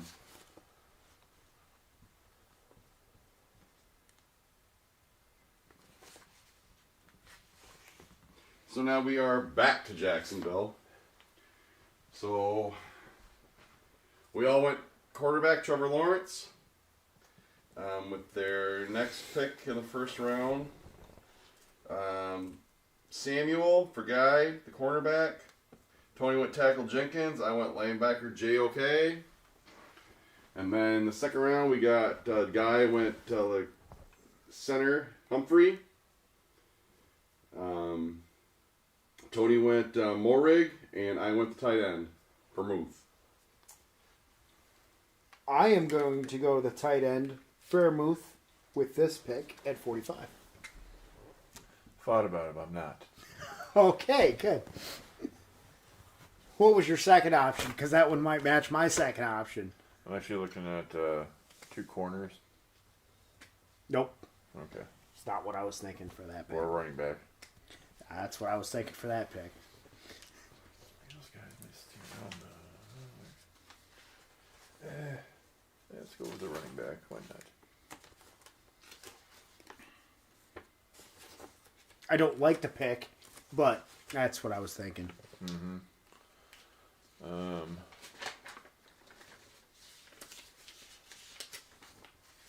Are we on Jacksonville? Yeah.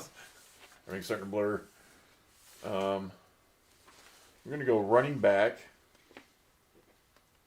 There's 2 guys I have in mind here. Let's go with, where is he? Jarrett Patterson. It's a good compliment to That's James. what I was kind of looking for. I would have went Gainwell. Same type of Yeah. player. Gainwell's just a little bigger. Mm-hmm. If I was going to go running back there.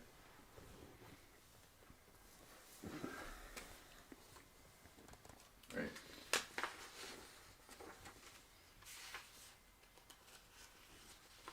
Outside linebacker, Chris Rump from Duke. Anyways, now we're on to the Patriots at pick 46. Patriots. So in the first round, Guy gave the Patriots quarterback Mac Jones. Tony went Zach Wilson, and I also went Mac Jones. So their needs are quarterback, linebacker, wide receiver, cornerback, safety, running back, interior defensive lineman. I'm going to go with wide receiver for the Patriots here. They might as well add to the group there. Go Tylan Wallace.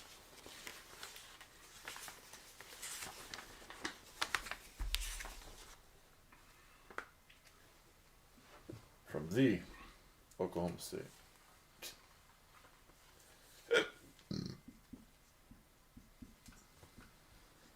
Tony? I'm going to go with a speedster, little tiny guy, Rondell Moore out of Purdue. Yeah, I thought about that too,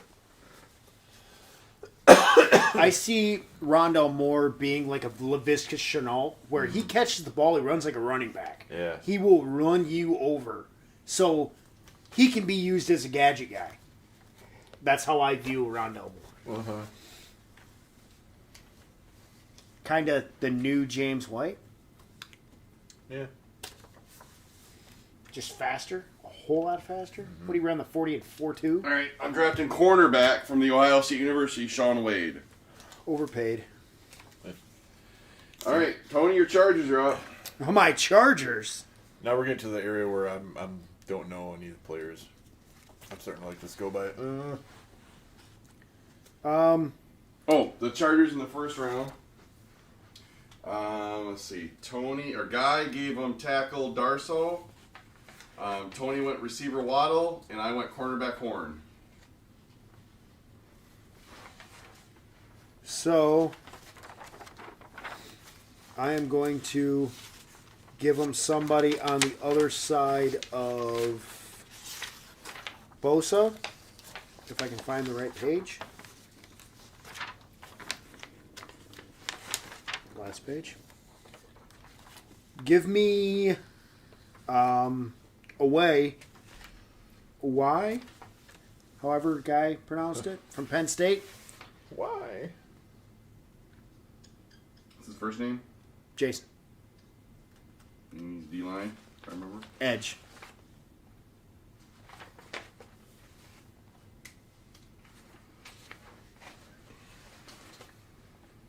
What are their needs? Defense. Seeing how the offense put up all kinds of points and they still lost games last year. Offensive tackle, edge, safety, corner. Linebacker. You said safety? Yep. I'm going Jamar Johnson. Yeah, because... Can't stay healthy. Yep. Guy, what are you thinking? Where we at? The Chargers. I'd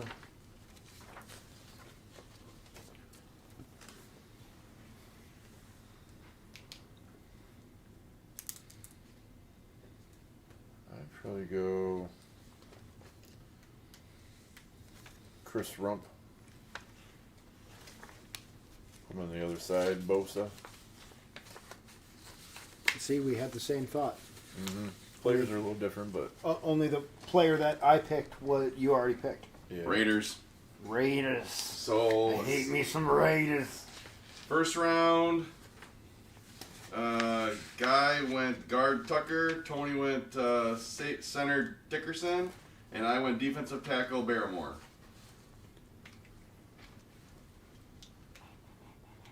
I'm gonna go Jamin Davis. It's probably Jamin, I'm gonna guess, but So, give me guard Wyatt Davis. From? School down south.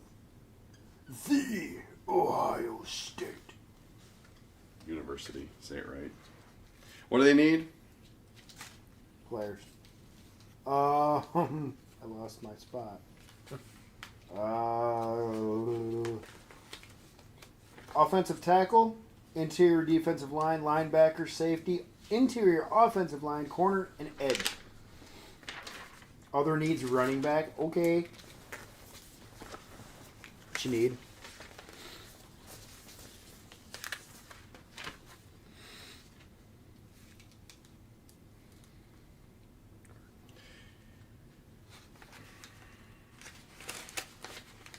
I'm going to go with tackle Sam Cosme, Texas.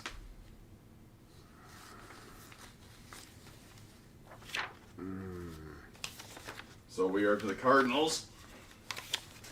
So with the Cardinals, First round, Guy. Where are you? There you go. Guy went with cornerback Farley. Tony went with cornerback Horn. I went with running back Etienne. so to the Arizona Cardinals, I'm going running back here. They got Trey Edmonds. Pass catching guy. They need that power guy. Trey Sermon from the Ohio State University. Yep. Seriously? Yeah, like that's who I was picking. I was just looking through like linebackers and stuff, and I was like, Right when I saw Arizona next, Trey Sermon popped in my head. This is bad. ridiculous. So very bad.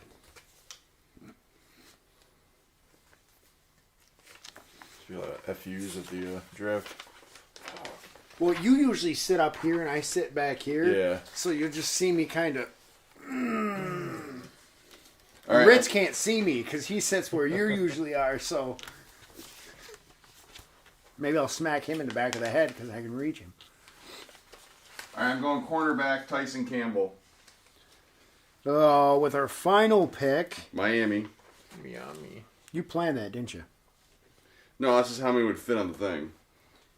So So their needs are wide receiver, running back, edge, linebacker, safety. Other needs are tight end, interior offensive lineman, interior defensive lineman, cornerback, linebacker, offensive tackle, and quarterback. All right, so everyone with your first pick gave a receiver, and everyone gave him a running back with the second pick. I'll give him Eric Stokes.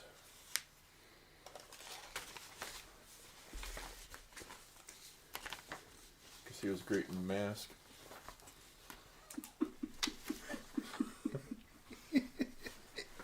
Tony?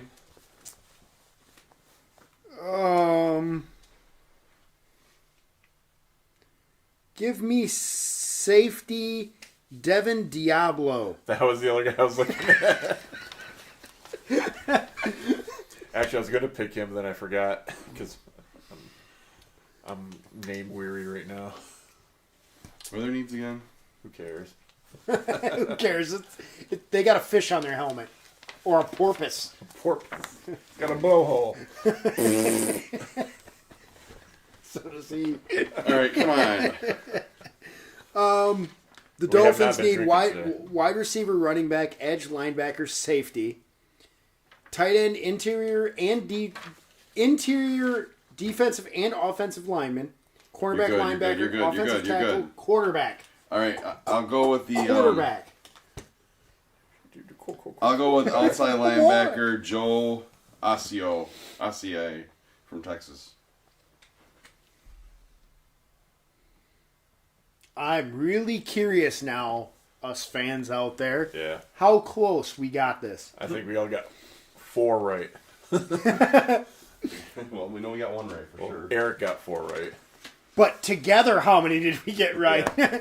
Did one of the 3 of us pick the right every time? So what we'll do is when the draft actually comes, the blue marker will be used. So if you get it wrong, you get a line through it. So What do we win if we get the most? Whoever gets the most? What do we get? bragging rights. Bragging rights. That was fun. That was actually. I enjoyed doing that. I enjoyed We it. hope you out there in TV land or computer land or stream land, whatever we call this. Hope you enjoyed Out there it. in the fantasy world or whatever we're yeah. in. And like You I like these said, 4-hour streams? I don't think it was that long, was it? Pretty close. So join the three of not us. that long. Join the three of us. Any final thoughts before I close it out? Can't wait for the draft and see what actually happens. Yeah. The future of our fantasy team. I'm more excited about the second and third round than the first round, because the first round is kind of not fantasy based. The second round is going to produce far more talent in the NFL than the first round will. Right. You know, like in these first 50 picks, the fifth running back on the list, Kenneth Gainwell, was never picked. Where's he going to end up? Yeah. You know, we don't know. So, just really quick before we go, for fantasy value, quick look at your available list and go down and how many. This is our fantasy league now, of course. How many of these do you think will go in the first round? What position? All of them? Just the whole list of all the rookies. How many rookies do you think will go in our first round? Oh, in our first round. So with this year being only 5 keeper year, it's going to be a little different. Because you're going to have people like Ronald Jones. He potentially is a first round pick.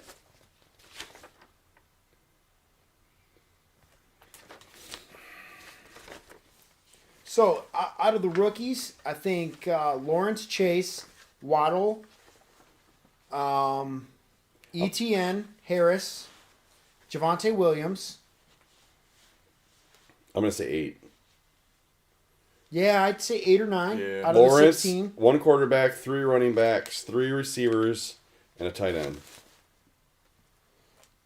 I'll throw one more receiver on top of that. It's going to be like, Rondale Moore looks great. But see, receivers give me the. I think the reason these 3 receivers, Chase, Smith, and Waddle, make our first round is just because of how talented they are. But I think you're also going to have. Well, first of all, the first 3 picks are going to be running back. It's going to go in whatever order: Harris, Etienne, and Williams. Yeah. I think that might change a little depending on the landing No, spot. I didn't say any order. I just said those 3 will be the top 3 picks. I didn't say what order. I just said that they'll be the top 3. I'm sorry. I'm bullish on Michael Carter. I just am. If Michael Carter lands in a better spot than Javonte Williams, I see Carter going in that 3rd spot and Williams getting pushed down to where Carter would go. Okay. We should watch tape. But yeah, Lawrence will go in the first round, our first round for sure. Pointers. Chase. I mean, if there's one receiver that doesn't go in our first round, it's Waddle. I think Chase and Devontae Smith are a lock for our first round. Waddle could be the one that slides out. Pitts is a lock for our first round. And even if Waddle slides out of the first round, he's a first or second pick in the second round. So with that, Tony, any final thoughts? No, I had a lot of fun doing this. Yeah. We're looking forward to having you on Thursday, and Guy, we're looking forward to having you even more. I'll be here. Even more. Is that Elijah Moore or Rondell Moore? I don't know. Dinty Moore. I don't know. Evan Moore. We'll do more. But I'm not sure exact start yet. So the draft starts at what, 8? 8, yeah. Probably close to 8 would probably be the start because work schedules and... Maybe, well, I mean, if you guys show up, I might start at 7:30. No sooner than 7, probably 7:30. And then these guys can join me as we go. And what we'll do is it'll be the exact same setup. We'll be sitting here. We'll have the board behind us, like I said, as they go and cross them off. We'll be using this mic once again. We need to name it, though. And I don't think HyperX Quadcast is a cool name. What do we name it? Pokey? No. Red Rocket? That's true. That's G.I. Joe. Remember the Red Rocket grills? What? Do you remember G.I. Joe where they had the Red Rocket grill? They had the rocket. It was a red rocket on top of these hamburger joints. And Roadbox family owned a couple of them, whatever. And Cobra was like arming the missiles on it. Wow, this went in left field. All right. Thank you for joining us. We're going to see you Thursday, 7:30, 8 p.m. Eastern Pacific time. I just said that wrong. Eastern Pacific, what the hell? We're new to this. We're getting good. Yeah. Somewhere between 6 and 2 a.m. Catch you there. Same bat channel, same bat time. See ya. Eastern Pacific. 6 hour. 6-hour swing, Eric. Cinderella rolls. Oh.